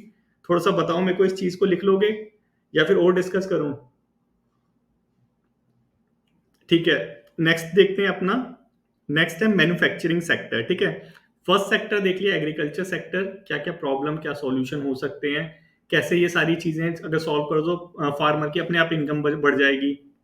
इनकम बढ़ जाएगी तो क्यों सुसाइड करेगा? ठीक है, ये हो गया। तो अब एक चीज वहां पे थी कि जो फार्मर में डिस्गाइज एम्प्लॉयमेंट थी। डिस्गाइज एम्प्लॉयमेंट मतलब एक ही खेत में बहुत सारे लोग लगे हुए थे, अब उनको वहां से निकाल के हमें मैन्युफैक्चरिंग सेक्टर में भेजना है। अगर ये कर देंगे तो जो जो हमारा एग्रीकल्चर सेक्टर है प्रेशराइज, अभी 49% वहां पे लोग काम कर रहे हैं, वहां से धीरे धीरे निकालो लोगों को और बाकी सेक्टरों में भेजो कि भाई बाहर जाके काम करो, शहर में जाके काम करो। ठीक है, उसके लिए एजुकेशन वाला एक तुम वो यूज कर सकते हो कि एजुकेशन लेवल बढ़ा दो, न्यू एजुकेशन पॉलिसी, वो सारा। और मैन्युफैक्चरिंग सेक्टर को भी थोड़ा डेवलप करने की जरूरत है। तो अब मैन्युफैक्चरिंग सेक्टर में आते हैं कि जो दूसरे सेक्टर में वहां से लोग आएंगे उसके क्या हालात है, अगर उसको भी ठीक कर दे तो वो भी सही हो जाएगा। तो वही है यहाँ पे मैन्युफैक्चरिंग सेक्टर। तो पहले मैन्युफैक्चरिंग सेक्टर में थोड़ा देखते हैं कंट्रीब्यूशन कितना करती है। हमारी जो इंडियन जीडीपी है इसके अंदर 18.32% जो मैन्युफैक्चरिंग सेक्टर है वो कंट्रीब्यूट करती है। ठीक है, कंट्रीब्यूशन तो चलो ठीक कर रही है, लेकिन एम्प्लॉयमेंट कितना प्रोवाइड कराती है? 12% लोगों को, सिर्फ जो 12% वर्क फोर्स है उनको एम्प्लॉयमेंट प्रोवाइड कराती है। मतलब क्या है कि 12 लोग 18 रुपए कमा रहे, मतलब कि एग्रीकल्चर सेक्टर से ये वाला सेक्टर ठीक है। ये है सिर्फ मैन्युफैक्चरिंग सेक्टर, इंडस्ट्रियल सेक्टर नहीं है, बहुत सारे सेक्टर आते हैं इसमें। सेकेंडरी जो सेक्टर है, सेकेंडरी सेक्टर का सिर्फ एक पार्ट डिस्कस कर रहे हैं, मैन्युफैक्चरिंग सेक्टर। ठीक है, तो मैन्युफैक्चरिंग सेक्टर में 12% लोग हैं, 18 रुपए कमा रहे हैं। तो मतलब कि ये वाला जो सेक्टर है उन लोगों से तो अमीर है, एग्रीकल्चर वालों से। ठीक है, अगर यहाँ पे अगर वो लोग आ जाएं तो उनका जो स्टेटस है, इकोनॉमिक स्टेटस, वो बढ़ेगा। वही चीज है कि ये जो सेक्टर है ये पॉवर्टी को भी रिड्यूस कर सकता है, जो अनएम्प्लॉयमेंट की प्रॉब्लम है, डिसगाइज एम्प्लॉयमेंट या अनएम्प्लॉयमेंट की जो प्रॉब्लम है उसको भी सॉल्व कर सकता है। ठीक है, यहां तक समझ आया? अब देखते हैं कि इस सेक्टर में गवर्नमेंट ने क्या क्या पॉलिसीज लेके आई और इस सेक्टर में क्या क्या कॉन्स्ट्रेंट्स हैं और कैसे इसको सॉल्व कर सकते हैं। तो थोड़ा सा देखेंगे कि हमारा जब भारत आजाद हुआ था, हमारा प्यारा भारत, तो 1947 में आजाद हुआ था और हमारे यहाँ पे इंडस्ट्रियल पॉलिसी रेगुलेशन आया था 1948 में। इसको बेसिकली ऐसे लिखते हैं आईपीआर 1948। ठीक है, तो ये हमारी पहली पॉलिसी आई थी और हमें पता था प्राइम मूविंग फोर्स हमने क्या चूज करा था, इंडस्ट्री चूज करा था, इसीलिए ये पॉलिसी आई। यहाँ पे स्टेट ने बहुत ही एक्टिव रोल प्ले करा था, हमने अपने इंट्रोडक्शन में देख ही लिया था, जो बेसिक हमने हिस्ट्री डिस्कस करी थी। तो यहाँ पे स्टेट ने एक्टिव रोल प्ले किया, लेकिन इस ड्यूरेशन में 1991 आने तक यहाँ पे बहुत सारे लैकूनेस थे। जैसे कि लाइसेंस राज, की अगर किसी भी प्राइवेट इंडस्ट्री को, लेट से अगरबत्ती बनाने के लिए ही, यही एक इंडस्ट्री थी उस टाइम पे, तो लेट से एक प्राइवेट इंडस्ट्री को अगरबत्ती बनाने के लिए लाइसेंस लेना है, तो वहां पे फिर वो इंस्पेक्टर आ जाएगा, इंस्पेक्टर आके सर्वे करेगा कि हाँ भाई सही अगरबत्ती बना रहे नहीं बना रहे, फिर थोड़े पैसे लेके जाएगा, वही सारी चीजें फिर बोलेगा आना दफ्तर में आना, वहां पे होंगे, वहां पे फिर वो ऑफिस ऑफिस खेलेंगे। ठीक है, तो यही सारी चीजें चल रही थी उस टाइम में, लाइसेंस राज और ये पीएसयू राज। ठीक है, पीएसयू वाले अपना खा पी के सोते रहते थे और सोचते थे सरकार हमें सैलरी देने के लिए, यही यही उस टाइम पे चल रहा था। इसीलिए जो हमारी ग्रोथ थी उस टाइम में इतनी ज्यादा नहीं थी जिस टाइम 1991 के बाद जितनी हमारी ग्रोथ हुई है। ठीक है, तो ये सारी चीजें चल रही थी 1991 तक। फिर थोड़ा भगवान का भला हो कि हमारे यहाँ पे क्राइसिस आया, बैलेंस ऑफ पेमेंट हमारे यहाँ पे क्राइसिस हुआ, और उसके बाद गवर्नमेंट ने बोला कि यार ऐसा तो चलेगा नहीं, ठीक करना पड़ेगा इसको। फिर उसने एलपीजी रिफॉर्म लेके आई, न्यू इंडस्ट्रियल पॉलिसी 1991 आया। ठीक है, तो इन्हीं का योगदान बोल लीजिए या कह ले भगवान का वरदान है ये, कि हमारी जो इंडस्ट्री है ये थोड़ी सी डेवलप हुई 1991 के बाद में।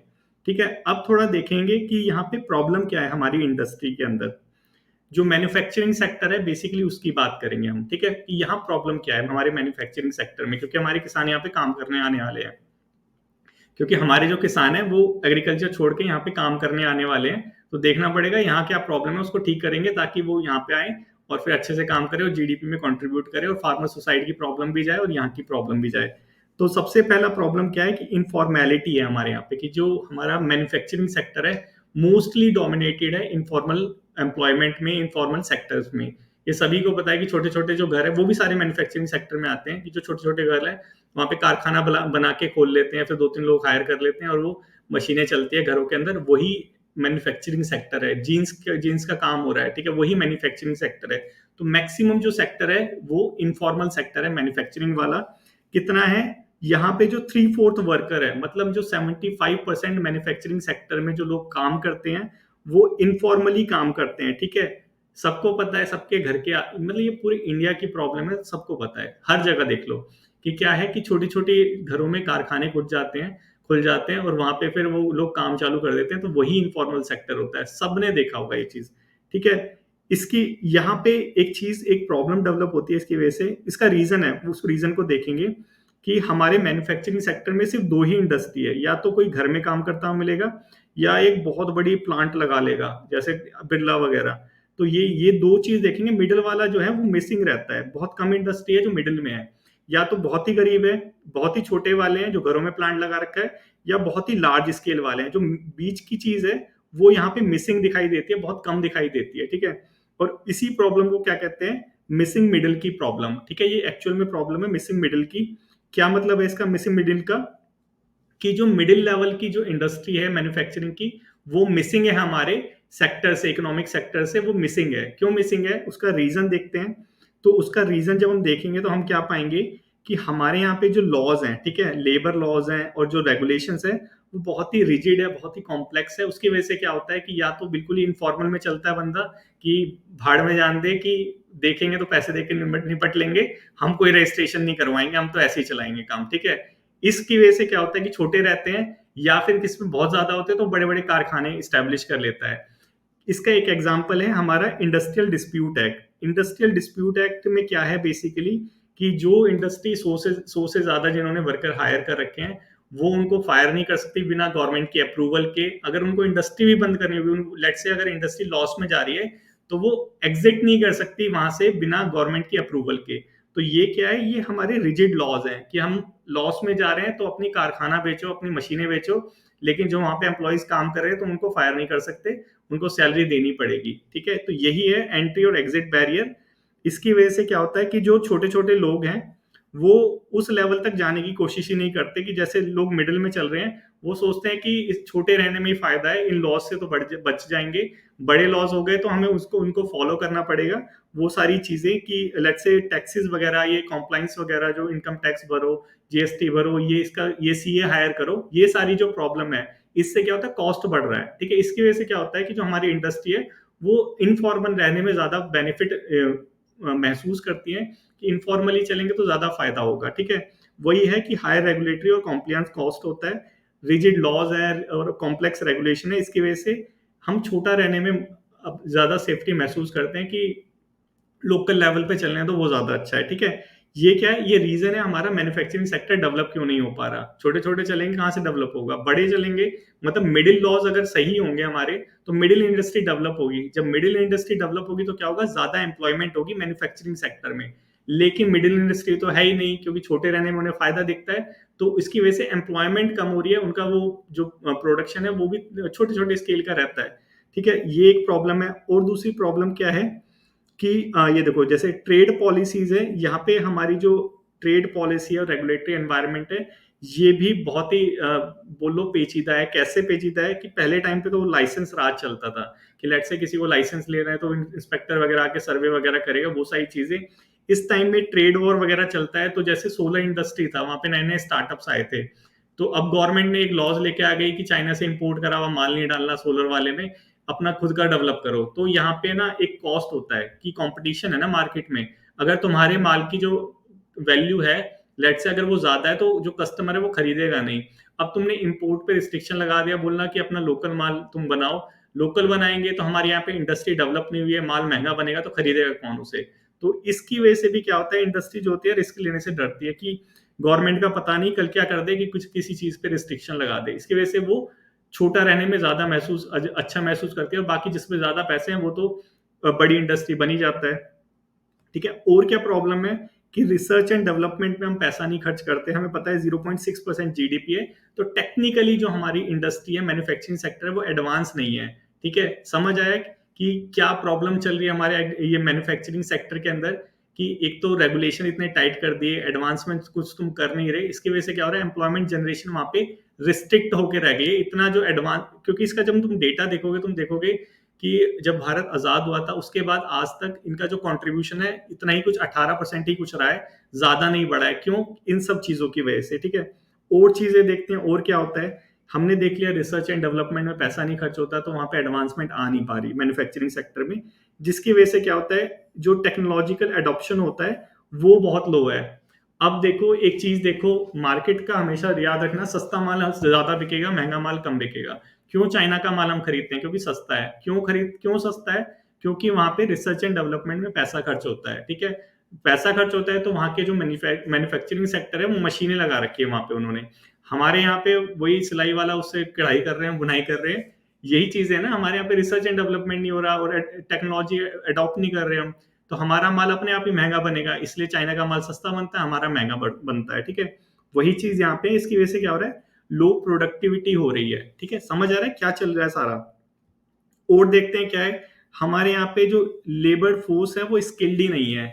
याद करो ये एजुकेशन वाला डेटा, वहां पे मैंने स्किल इंडिया रिपोर्ट को डिस्कस करा था कि बीटेक से जो बंदे निकलते हैं, सिर्फ 47% ऐसे लोग हैं जिनके पास थोड़ी टेक्निकल नॉलेज है और उसको इंडस्ट्री अडॉप्ट करना चाहती है कि चलो इसको हायर कर लेते हैं, थोड़ा बहुत फायदा हो जाएगा। तो ये सारी प्रॉब्लम हमारे मैन्युफैक्चरिंग सेक्टर के अंदर है।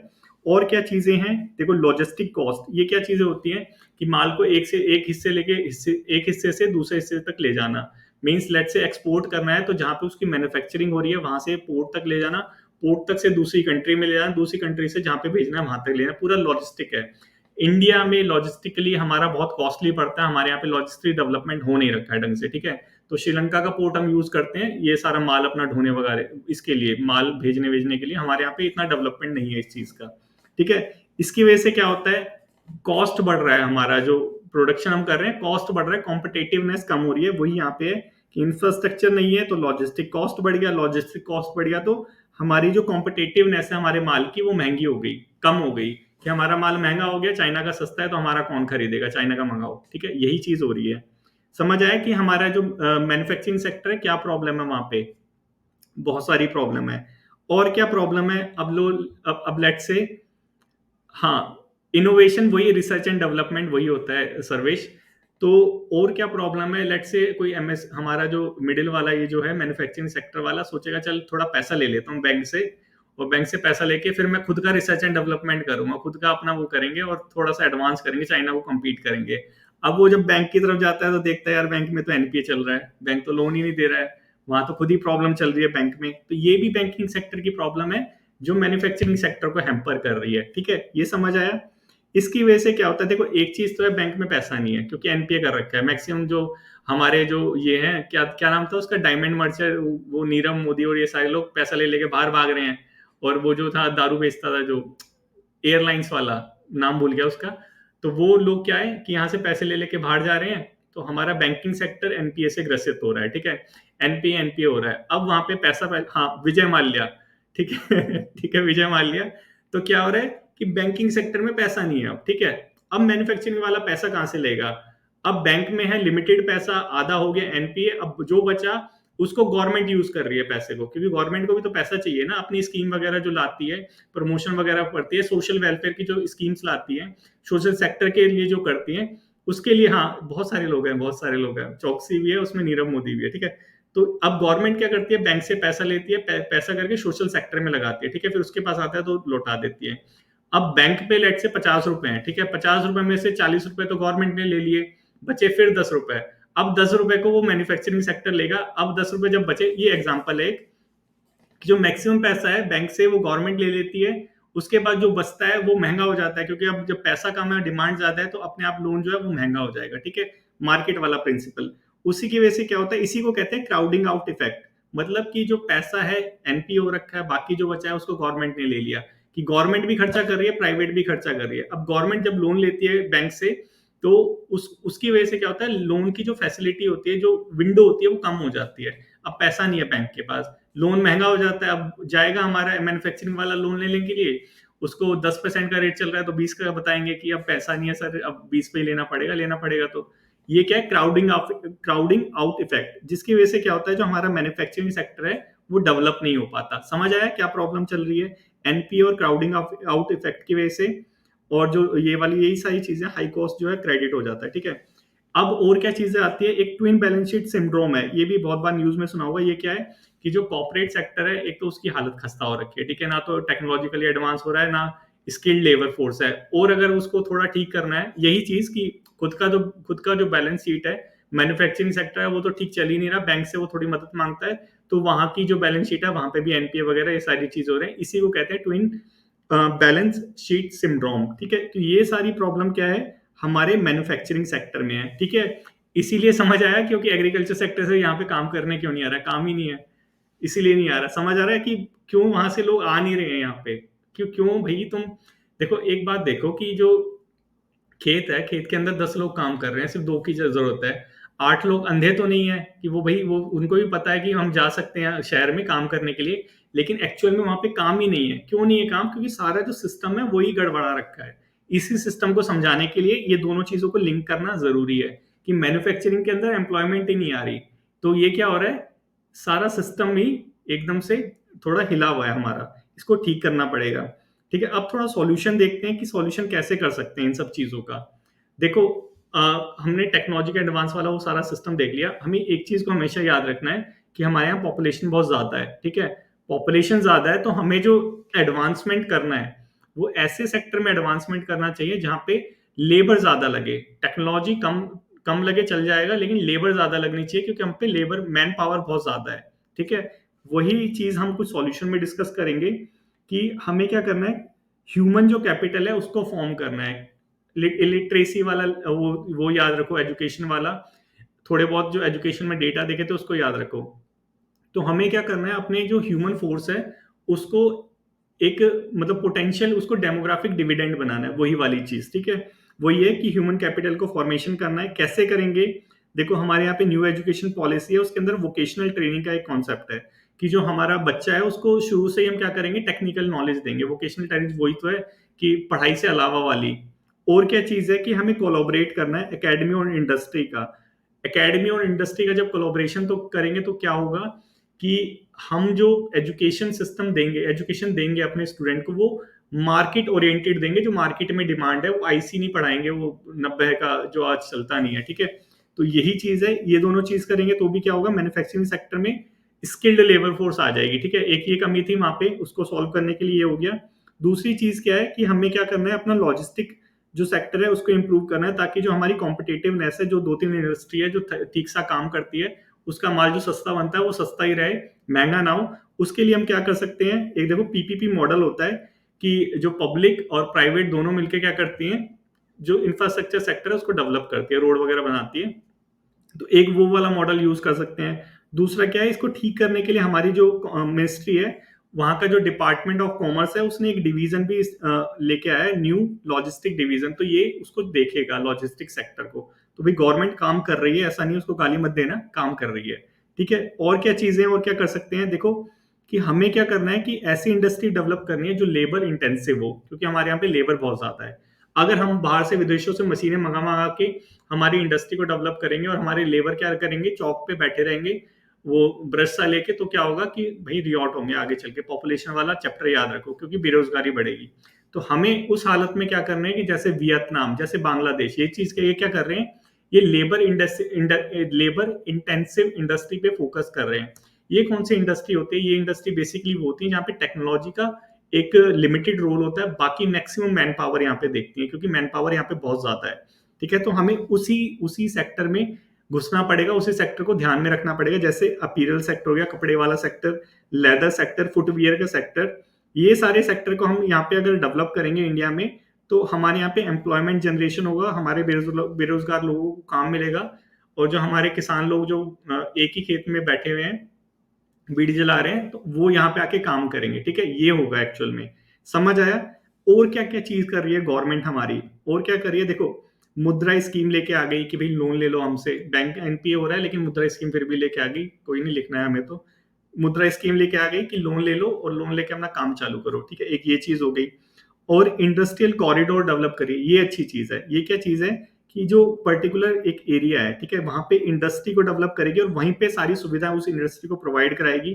वो लिंकेज लिंकेज वाली फैसिलिटी और लॉजिस्टिक वाली फैसिलिटी, थोड़े रेगुलेशन है उसको रिलैक्स करेगी उस इंडस्ट्रियल कॉरिडोर में। तो इससे क्या होगा कि जो मैन्युफैक्चरिंग सेक्टर है वो कहीं ना कहीं डेवलप होगा। जैसे दिल्ली मुंबई हो गया, ये गुड़गांव वाला एरिया, ये नोएडा वाला एरिया, ये सारे सेक्टर मैन्युफैक्चरिंग सेक्टर की बात करें, स्पेशली कानपुर वाला एरिया, इसको डेवलप करेगी और रेगुलेशन वगैरह स्मूथ करेगी वहां पे, ठीक है।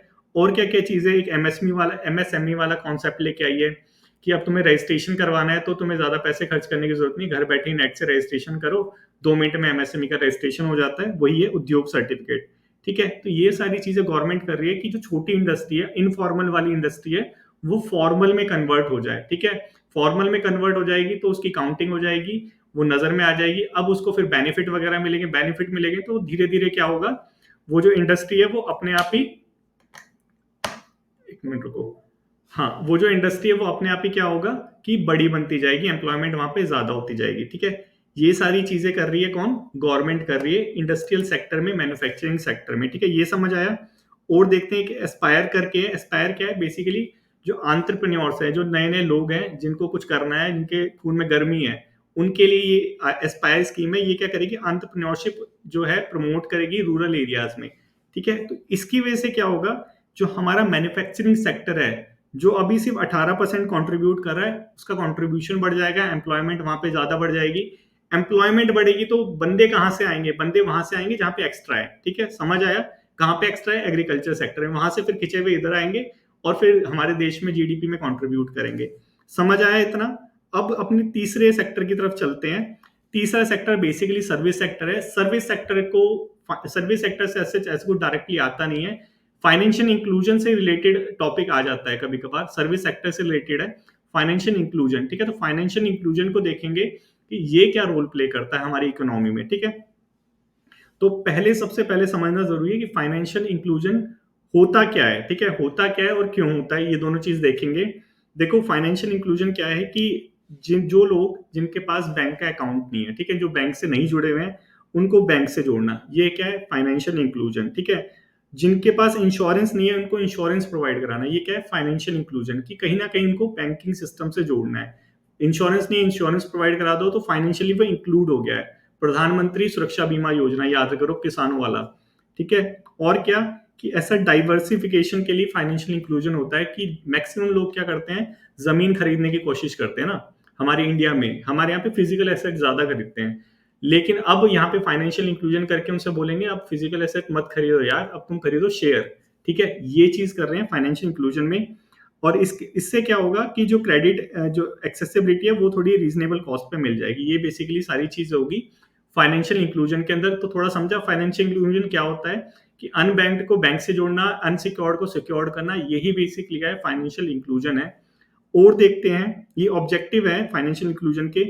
और देखते हैं इससे बेसिकली होगा क्या, फाइनेंशियल इंक्लूजन हम करेंगे तो इससे होगा क्या। देखो कि एक चीज तुम देखो कि जो करप्शन होता है वो कैसे होता है, कैश में लेते हैं ना पैसे, कैश में, बैंक बैंक अकाउंट से तो हम ट्रांसफर नहीं करते। लेट से कोई पुलिस वाले तुम्हें पकड़ लिया हो और चालान काट रहा हो, तुम बोलोगे सर 100 रुपए ले लो छोड़ दो, तो तुम उसको डायरेक्टली हाथ में दोगे ना पैसे, ये थोड़ा ना बोलोगे सर पेटीएम कर देता हूँ आपको। पेटीएम करेगा पकड़ा जाएगा, करप्शन कम हो रहा है। मतलब क्या हो रहा है, फाइनेंशियल इंक्लूजन की वजह से करप्शन कम हो रहा है, हो रहा है या नहीं हो रहा है, कि अगर हम पूरे जो कैश है उसको खत्म कर दें, वैसे तो इम्पॉसिबल है, लेकिन मैक्सिमम ट्रांजैक्शन जो है हम डिजिटली करना चालू करें, एक एग्जांपल था, तो क्या होगा, जो करप्शन लेवल है वो कम होगा, ठीक है। करप्शन चलो साइड में रखो। और क्या होगा इसकी वजह से, देखो सारा जो सिस्टम, सारा जो पैसा है वो सिस्टम के अंदर आ जाएगा, आरबीआई के पास आ जाएगा। अब आरबीआई उसको फिर लोन में देगा, लोन में जाएगा, कोई इंडस्ट्री लेगी, इंडस्ट्री लेने के बाद प्रोडक्शन बनाएगी, प्रोडक्शन करेगी, एम्प्लॉयमेंट बढ़ेगी, ठीक है, एम्प्लॉयमेंट बढ़ेगी तो बंदे पे पैसा आएगा, फिर मार्केट में खर्च करेगा। तो ये जो मनी का इफेक्ट है ये मल्टीप्लाई हो जाएगा कहीं ना कहीं। तो सबसे सबसे बड़ा जो बेनिफिट है फाइनेंशियल इंक्लूजन का, जो हमारा थर्ड टॉपिक है आज का, वो क्या है कि मल्टीप्लायर इफेक्ट होता है हमारे, अगर ये सिस्टम, जो पैसा है वो सिस्टम के अंदर आ जाए फाइनेंशियल इंक्लूजन के थ्रू, ठीक है। इससे क्या होगा, अब लेट से पैसा आ गया हमारे सिस्टम के अंदर, अब बैंकों के पास पैसा रहेगा, तो अब जो हमारा एमएसएमई सेक्टर है, मतलब जो मैन्युफैक्चरिंग सेक्टर है, जिसको पैसे चाहिए थे, उसको पैसे भी मिल जाएंगे क्योंकि पूरा सिस्टम में आ चुका है। ठीक है, और क्या होगा, फॉर्मलाइजेशन हो जाएगा। कैसे फॉर्मलाइजेशन हो जाएगा, लेट्स से कि पूरा सिस्टम हमारा उस पर चल रहा है डिजिटली, अब तो पेटीएम वाला सिस्टम चलता है, तो क्या होगा कि टैक्स की चोरी नहीं होगी। टैक्स की चोरी नहीं होगी तो क्या होगा कि उसको अपने आप को रजिस्टर्ड करवाना पड़ेगा। घर में खोल लिया, लेकिन अब माल देने जा रहा है तो वहां पे पैसे उसको कैश में नहीं चेक में दे रहा है। तो ये सारी चीजें क्या है, फाइनेंशियल इंक्लूजन जैसे जैसे होता है, तो धीरे धीरे धीरे धीरे, एक दिन की बात नहीं है, धीरे धीरे क्या होता है, हमारी इकोनॉमी फॉर्मलाइज्ड होती है, फॉर्मल इकोनॉमी बनती है। इनफॉर्मल से फॉर्मल की तरफ हम मूव करते हैं। ठीक है, और क्या होता है, ये टैक्स वगैरह फ्रॉड ये सारी चीजें हटती हैं, और बैलेंस्ड डेवलपमेंट होता है। इतनी सारी चीजें होती हैं सिर्फ किससे, फाइनेंशियल इंक्लूजन से। ठीक है, और क्या देखो, अभी जब ये जो डीमोनेटाइजेशन नहीं हुआ था, ठीक है, 2016 में हुआ था शायद, उससे पहले का टाइम सोच के देखो, कभी तुमने देखा था कि रेडी वाला तुमसे डिजिटली पैसे लेगा? ऐसे सोच के भी देखा था इंडिया में ऐसा कुछ होगा? कभी नहीं सोचा था। लेकिन जैसे ही डिमोनेटाइजेशन हुआ, पूरा तख्ता पलट गया। उसके बाद फिर ये डिजिटली हम इतने एम्पावर हो गए कि अब एक गोलगप्पे खाने जाओ 10 रुपए के, वो भी तुम डिजिटली ट्रांसफर करोगे उसको। ठीक है, तो ये क्या है, ये फॉर्मल हो रही है धीरे धीरे हमारी इकोनॉमी। सारा जो पैसा वो सिस्टम में आ रहा है। ठीक है, इस चीज को थोड़ा समझना। इससे पोवर्टी कैसे एलिवेट होगी, फाइनेंशियल इंक्लूजन से। देखो, सिस्टम में पैसा आ गया, बैंकों में पैसा है, अब किसी को लोन चाहिए होगा, लोन मिलेगा सस्ते दामों पे। ठीक है, तो क्या होगा कि जो गरीब लोग हैं, जो रेडी वगैरह लगा रहे हैं, वो भी लोन ले पाएंगे। एसबीआई ने लोन दिया था, याद होगा, कोरोना के टाइम में 10,000 रुपए का। तो ये क्या है कि पोवर्टी धीरे धीरे एलिवेट होगी उससे। और क्या है, micro insurance, welfare scheme, direct benefit transfer, और ये सारी चीजें होंगी जो हम पहले ही देख चुके हैं। ठीक है, किसकी वजह से, सिंपली फाइनेंशियल इंक्लूजन की वजह से। तो ये क्या है, हमारा बेनिफिट है फाइनेंशियल इंक्लूजन का। और फाइनेंशियल इंक्लूजन क्या होता है, ये भी हमने देख लिया। ठीक है, अब थोड़ी सच्चाई देख लेते हैं। इतना सारा देख तो लिया, हमें लग रहा है पूरा सब चेंज कर देंगे भारत को, तो थोड़ा सच्चाई भी देख लेते हैं क्या चल रहा है। देखो, वर्ल्ड बैंक क्या कहता है, वर्ल्ड बैंक का डेटा कहता है कि 2024 में 14 में हमारे यहाँ पे सिर्फ 53% जो लोग थे उनके पास बैंक अकाउंट था। 2014 की बात हो रही है, अभी की नहीं हो रही। 53% जो लोग थे उन पे बैंक अकाउंट था, और अब ये जो है रेशियो जो है, परसेंटेज जो है, वो 90% में कन्वर्ट हो चुका है। मतलब कि हमारे इंडिया में आज की डेट में 90% जो एडल्ट है उनके पास बैंक अकाउंट है। ठीक है, हाँ, जनधन योजना के तहत। ठीक है सर्वेश, थैंक यू। उसके बाद और क्या चीज है, नीति आयोग कहता है कि जो हमारे एडल्ट है, 2016 का ये डेटा, नीति आयोग ने बोला कि 2016 में, ठीक है, 16 में हमारे जितने भी एडल्ट थे उनमें से 154 के पास, 1000 में से कैलकुलेट करेंगे, 1000 में से सिर्फ 154 जो लोग थे वो ही क्रेडिट को एक्सेस कर पाते थे। ठीक है, ये हालात है हमारे उससे पहले, डिमोनेटाइजेशन से पहले वाले। इसके बाद बहुत सारे चेंजेस हुए जिसकी वजह से सारा जो फाइनेंशियल इंक्लूजन, वो सारी चीजें हुई, और ये जो सारी चीजें एक सिस्टमैटिक तरीके से हुई। ठीक है, अब थोड़ा समझेंगे कि यहाँ पे फाइनेंशियल इंक्लूजन में चैलेंजेस क्या क्या आते हैं। हमने देखा यार, इतने सारे बेनिफिट है फाइनेंशियल इंक्लूजन के, करप्शन कम हो गया, लोन मिल रहा है लोगों को, पॉवर्टी कम हो रही है, तो चैलेंजेस क्या है यहाँ पे, क्या चैलेंजेस है, क्यों नहीं हो रहा फाइनेंशियल इंक्लूजन, क्या प्रॉब्लम आ रही है, क्यों हमारा देश है वो चेंज नहीं हो रहा? हो जाना चाहिए ना अब तक, तो ये सारी चीजें हो रही है। तो देखो, प्रॉब्लम क्या आ रही है, एजुकेशन को याद करो, इलेक्ट्रेसी लेवल क्या चल रहा है, और उसके बाद हमारी लिटरेसी की डेफिनेशन। तो वही यहाँ पे प्रॉब्लम है कि हमारे यहाँ पे लो फाइनेंशियल लिटरेसी है, कि हमारे जो ये स्मॉल इनफॉर्मल जो बिजनेस है, और जो लो इनकम जो लोग हैं, जिनके पास पैसे कम है, बेसिकली गरीब जो लोग हैं, उनको लिटरेसी नहीं, फाइनेंशियल लिटरेसी नहीं है। उनको नहीं पता कि भैया बैंक अकाउंट है, उसको ऑपरेट कैसे करते हैं, पेटीएम डाल लिया मोबाइल में। एक्चुअल में ये मैंने खुद देखा था चांदनी चौक में, कि वहां पे मैं एक मोबाइल खरीदने गया था। मैंने देखा कि एक वहां पे जो वर्कर था, जो वहां पे झल्ली वाले होते हैं जो सामान उठाते हैं, वो आया उस दुकान के ऊपर, उस दुकान वाले को उसने पैसे दिए कैश में, और बोला कि मेरे गांव भेज दो। ये अभी की बात है, थोड़े टाइम पहले। और उसने अपने हाथ में से इतना बड़ा मोबाइल निकाला, पूरे मेरे हाथ से ही बड़ा मोबाइल था। तो मैंने उस दुकानदार से बोला, मैंने कहा यार, इनके पास इतना बड़ा मोबाइल है, खुद ट्रांसफर क्यों नहीं करते? कहता आते नहीं है इन्हें। तो वही क्या चीज है, फाइनेंशियल लिटरेसी नहीं है हमारे यहाँ पे, फाइनेंशियल लिटरेसी की प्रॉब्लम है। इसकी वजह से क्या होता है, ये जो फाइनेंशियल इंक्लूजन, इसमें होने में प्रॉब्लम आती है। समझ आया एग्जाम्पल के थ्रू? और क्या चीज है कि देखो, लेट्स से जो गांव में जो लोग रहते हैं, वहां पे सबको पता है कि एक, मतलब जो गांव में भी उसमें रहते हैं, एकदम रूरल एरिया में, टाउन में नहीं। तो रूरल एरिया में पता है कि भाई गांव गांव में तो बैंक होते नहीं है, एटीएम होते नहीं है। जब ये सारी चीजें दूर होती हैं, तो ये एक ऑब्स्टेकल क्रिएट करती है कि कौन जाके बैंक का अकाउंट खुलवाएगा, कौन सारी चीजें करेगा। और मैक्सिमम लोग तो कैश में लेते हैं, तो क्यों हम बैंक अकाउंट खुलवाएं। ठीक है, ये भी एक रोड आर्ट का आता है, एक ऑब्स्टेकल बनता है किसमें, फाइनेंशियल इंक्लूजन में। और क्या क्या चीजें हैं, देखो फाइनेंशियल इंक्लूजन उनका बहुत आसानी से हो जाता है जो जॉब करते हैं, है ना, जो जॉब करते हैं जिनकी रेगुलर इनकम आती है, जो फॉर्मल सेक्टर में है या फिर इनफॉर्मल में भी है लेकिन जॉब कर रहे हैं। ठीक है, उनके लिए फाइनेंशियल इंक्लूजन बहुत ईजी चीज है कि बैंक में अकाउंट खुलवा लेते हैं, सैलरी आएगी वहां डाल देंगे, हर महीने तो आएगी। लेकिन let's say just think about उन फार्मर्स के बारे में जो गांव में रह रहे हैं। ठीक है, उनके पास ना तो रेगुलर सैलरी है, जो कंस्ट्रक्शन मजदूर हैं उनके पास, जिनको पता नहीं कि कल काम मिलेगा नहीं मिलेगा, उनके लिए फाइनेंशियल इंक्लूजन कितना बड़ा चैलेंज बन जाता है, उस चीज को सोच के देखो। तो वही यहाँ पे चीज है कि जिन पे लो इनकम और इरेगुलर इनकम है, वो मेजोरिटी ऑफ पीपल गांव में रहते हैं, उनके लिए फाइनेंशियल इंक्लूजन बहुत बड़ा चैलेंज है। ठीक है, वो चीज हो गई। और क्या चीजें हैं कि देखो फाइनल लेट से कि अब ये जो जनधन योजना आई थी, जीरो जीरो रुपए में अकाउंट खुलवा दिया। ठीक है, अकाउंट खुलवाने के बाद अब वो लेट से थोड़ा बहुत काम करते हैं, मजदूरी करते हैं, पैसे वहां पे जमा भी कर दिए उन्होंने। ठीक है, अब उनको चाहिए लोन, लेकिन क्या है कि उनके पास क्रेडिट हिस्ट्री नहीं है। ठीक है, जब क्रेडिट हिस्ट्री नहीं है तो जो बैंक है उनको लोन नहीं देगा। क्यों? क्योंकि उनके अकाउंट में पहले से कम पैसे हैं और पहले कभी लोन लिया नहीं है, हिस्ट्री है नहीं, तो लोन दे के भाग गए वो, तो बैंक कहाँ से चुकाएगा, एनपी हो जाएगा। लेकिन मान लिया वो देते टाइम तो नहीं सोचते ये चीज। तो वो क्या चीजें हैं, उसकी वजह से भी फाइनेंशियल इंक्लूजन ये सारी चीजें में प्रॉब्लम आती है। ठीक है, ये समझ आया।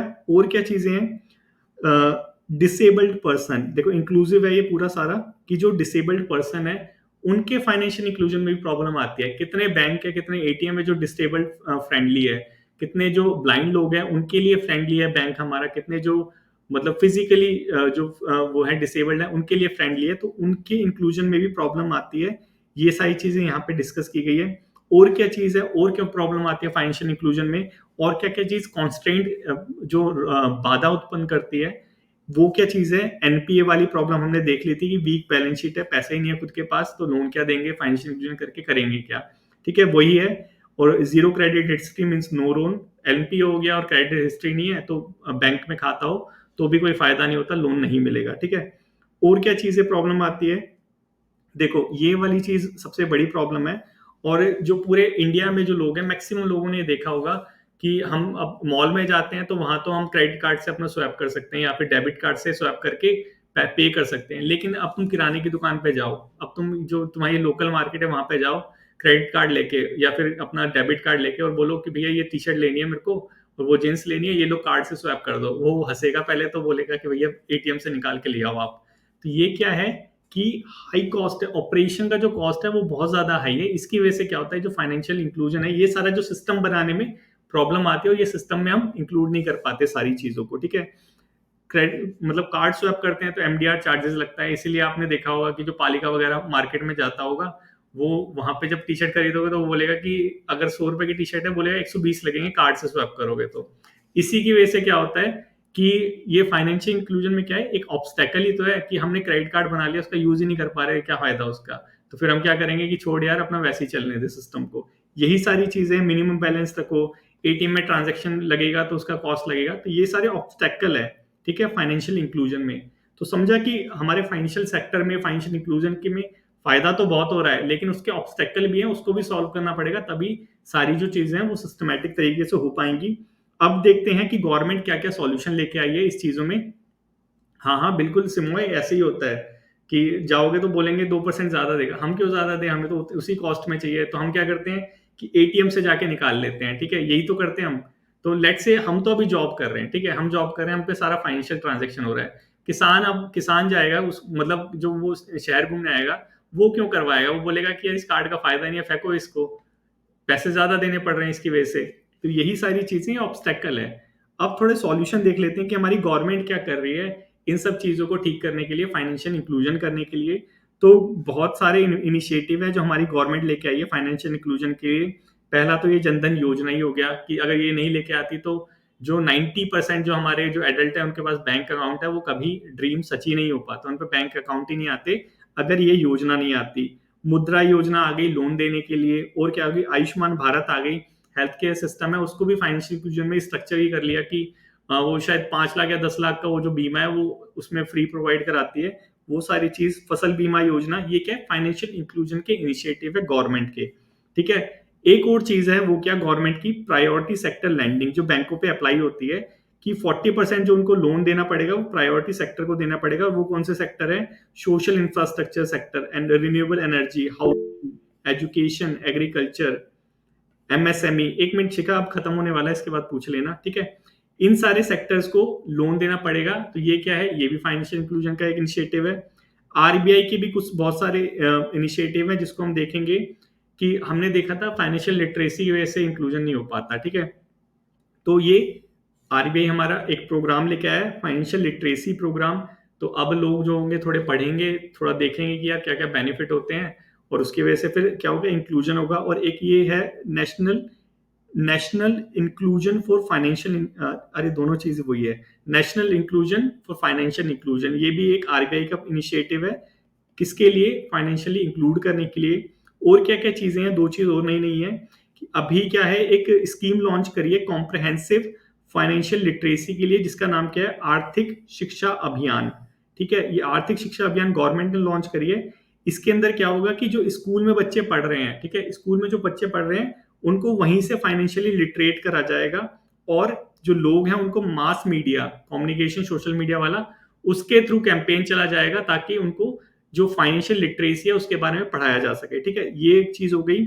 और क्या चीज है कि एक ये नीति आयोग के अंदर एक सजेशन दे रखा था कि हम टेक्नोलॉजी को यूज कर सकते हैं। ये वाला नीति आयोग का डेटा है, ठीक है, उसकी वो 3 ईयर वाली बुक है, वहां से लिया है। तो यहाँ पे बताया है कि टेक्नोलॉजी को यूज करके भी हम जो क्रेडिट वाली, जो हमने देखा था ना कि क्रेडिट हिस्ट्री नहीं है, उसकी वजह से लोन नहीं मिल रहा, तो टेक्नोलॉजी को यूज कर हम उसकी क्रेडिट वॉर्थिनेस को पता कर सकते हैं कि इंडिविजुअल की कैसे, कि उसका जनधन अकाउंट हो गया, आधार हो गया, ये दो डिटेल मिल गई तो उसके बाद उसको लोन प्रोवाइड कराया जा सकता है। तो ये डाटा शेयरिंग फ्रेमवर्क पे भी हमें क्या करना चाहिए, थोड़ा जोर देना चाहिए, ताकि फाइनेंशियल इंक्लूजन के बाद उससे जो फाइनेंशियल बेनिफिट है पॉवर्टी एलिवेशन के लिए वो मिल सके। ठीक है, तो अगर ये सारी चीज हो गई तो क्या होगा, हमारा जो इंडिया है वो महान इंडिया बन जाएगा। सारी चीज सिस्टमैटिक हो जाएगी, ऊपर से फ्लो आता आता नीचे तक आ जाएगा। ठीक है, तो आई होप यहां तक हमने सारी चीज डिस्कस करी। जो 3 मेन जो इश्यूज थे हमारी इकोनॉमी के अंदर, उन चीजों को डिस्कस किया। आई होप आपको कोई प्रॉब्लम नहीं होगी। अगर कोई प्रॉब्लम होती है तो अब आप मेरे से पूछ सकते हैं।